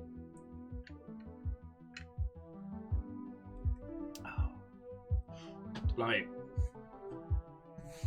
you know, we've got the Book of Boba coming up. Although Fiona did me a little damage today by informing me that Boba Fett's full name is actually Robert Fettuccini. And that is some curse knowledge that I've taken from myself, and I'm passing on to you.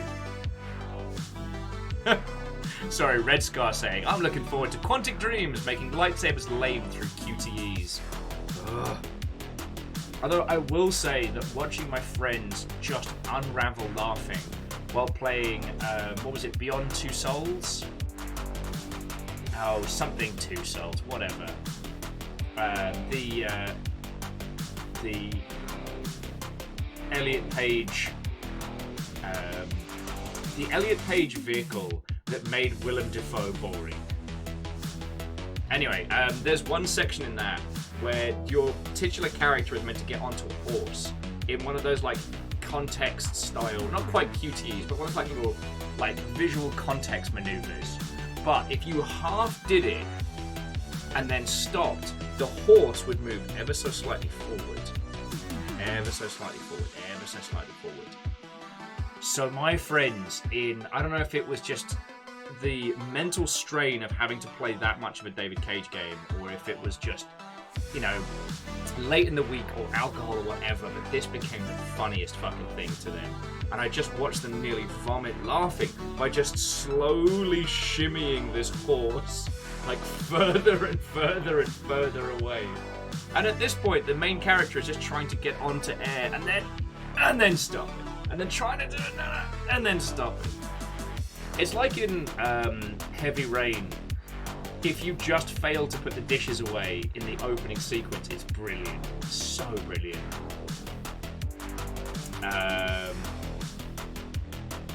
Okay, so it was Beyond Two Souls. God, that's a boring name.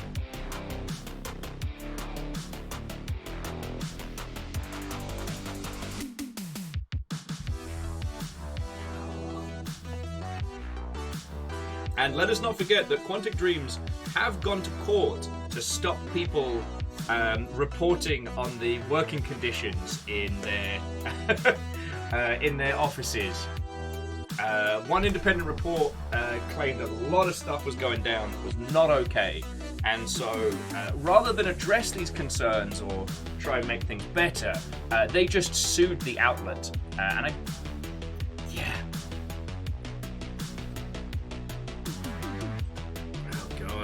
Crystic, you have more mental fortitude than I. I did not make it that far into Detroit Become Human.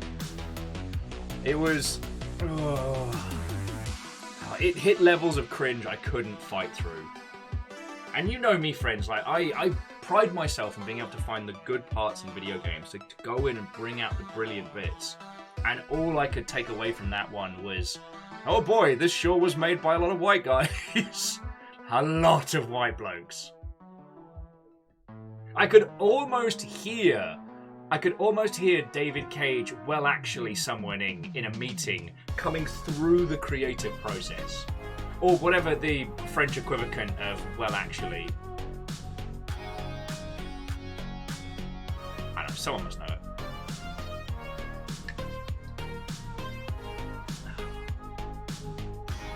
Oh.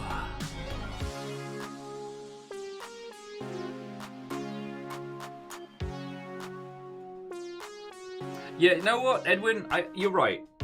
The detective parts were very good.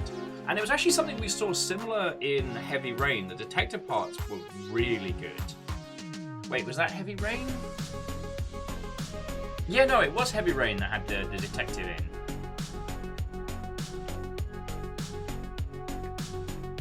And what I really liked was that its way of giving us a detective's eye view of a situation was, at first, it makes it look like he's got these special sci-fi glasses on, but that's just representing his way of looking at the world. Like his detective's mind, essentially. And I thought that was a really cool way of doing it. Like, especially when you're flitting between multiple characters.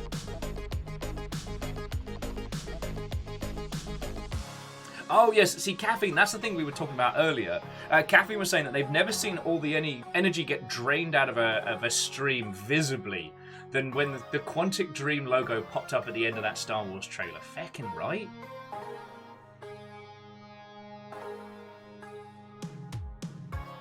Right, well, Fearless, you have missed nothing. Although, I will say, if you didn't get on with It Takes Two, if you felt the two characters should actually have been able to feck with each other instead of resolving their differences, pick up Beyond Two Souls.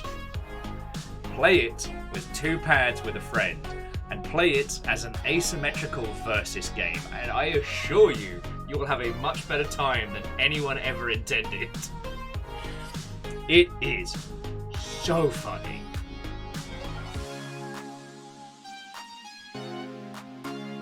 And Edwin, I do know what you mean. See, we've talked about this before, and okay, it's very easy for me to diss on Quantic Dreams. Only, like, less than 1% of the people that work at Quantic Dreams are David Cage. This is a science fact. And there's been some points from those games that have been brilliant. Like, we've talked again and again and again about the opening to Fahrenheit or Indigo Prophecy, for those of you overseas.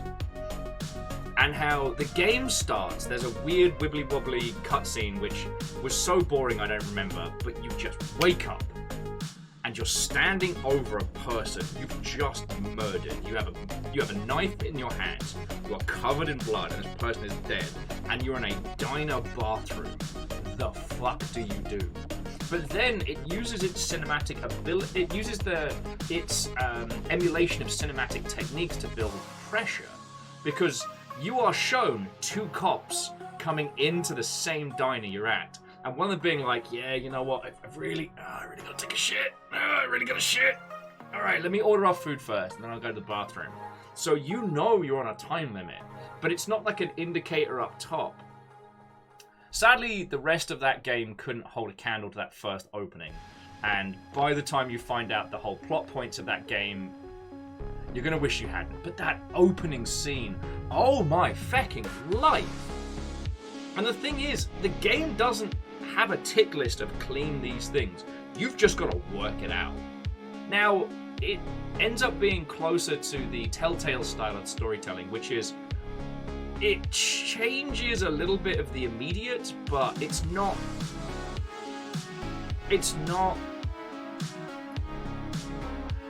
the pressure and the tension in that scene is placed upon you by the stakes you feel you have. You're actually pretty okay.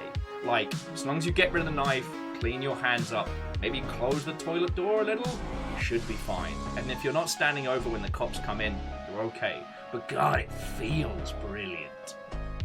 Yeah, Edwin, I couldn't agree with you harder. The part in Fahrenheit where suddenly superpowers is like, ugh, why? How does this guy keep getting to make more video games? And it reminds me that a large proportion of people that talk about video games or review them don't always finish them. And sometimes the ending can change a lot.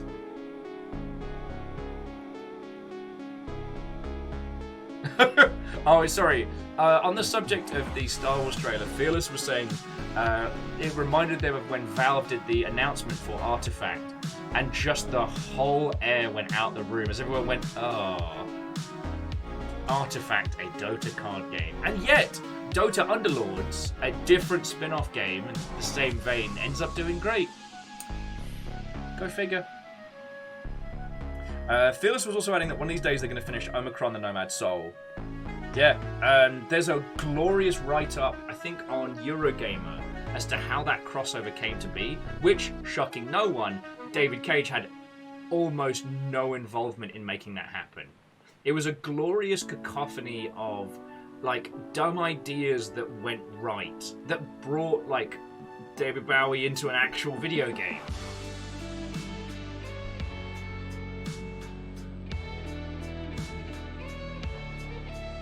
Yeah. And the reason why I want to focus on those wonderful, wonderful parts of Fahrenheit and stuff like that is because there are people that work at Quantic Dream that are incredibly talented, that are the linchpins that keep that place upright, and they are kept out of the spotlight, maybe by their choice, as there are a lot of creatives in the game space who don't want to be front-facing. And that's cool. That's an admirable quality. Like, being presentable in front of a massive crowd is a different skill set than making a banging video game, you know? But that's another matter. But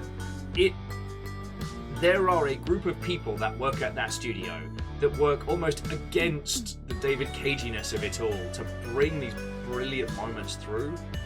And like I said, I'm waiting till either Quantic implodes and then a bunch of indie studios pop up after, or someone gets creative control and we're just gonna see this absolute gangbuster of a title come out of Quantic Dreams. I'm looking forward to that. You know?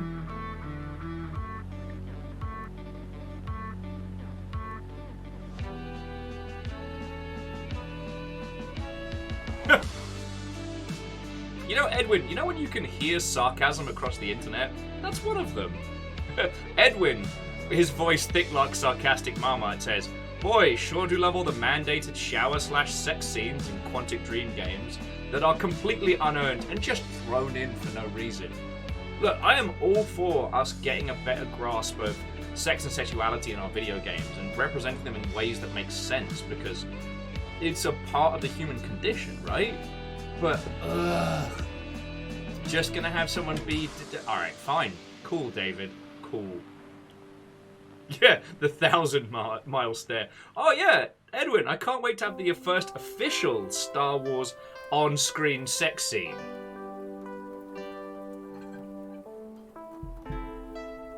Droids don't count. Anyway, I kid. You know, as someone who loves Star Wars wholeheartedly, it's an exciting time to be a fan, and it's nice to see how it is growing as a creation that can support all these different things.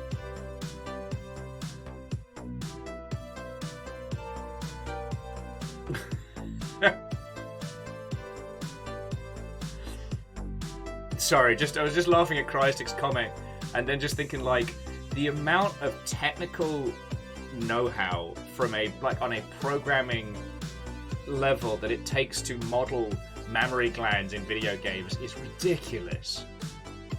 And there is no correlation between that and understanding the, I almost said the ins and outs.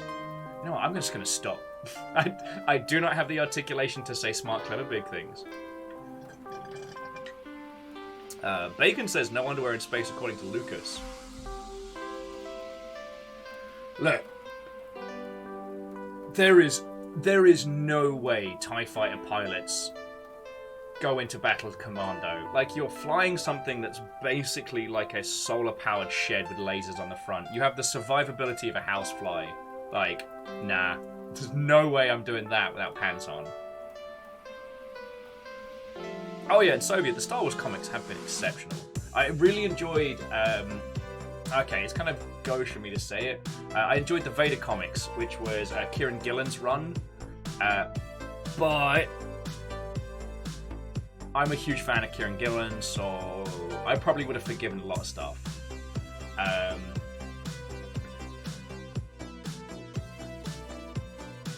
You know, sorry, kind of like bringing it back, because we were talking about Blackout Club stuff and Null and things like that. So the reason I came to know Null's work was from his work on the Thief series, iconically the Cradle level. Now, for those of you who don't know, the Cradle is basically the progenitus of modern horror video games. For a lot of people who would go on to create big things like Amnesia and feckin' other games that are scary. Feckin' hell, my brain's toast. They have cited their inspiration came from the Cradle level from Thief, which is something that Null worked on.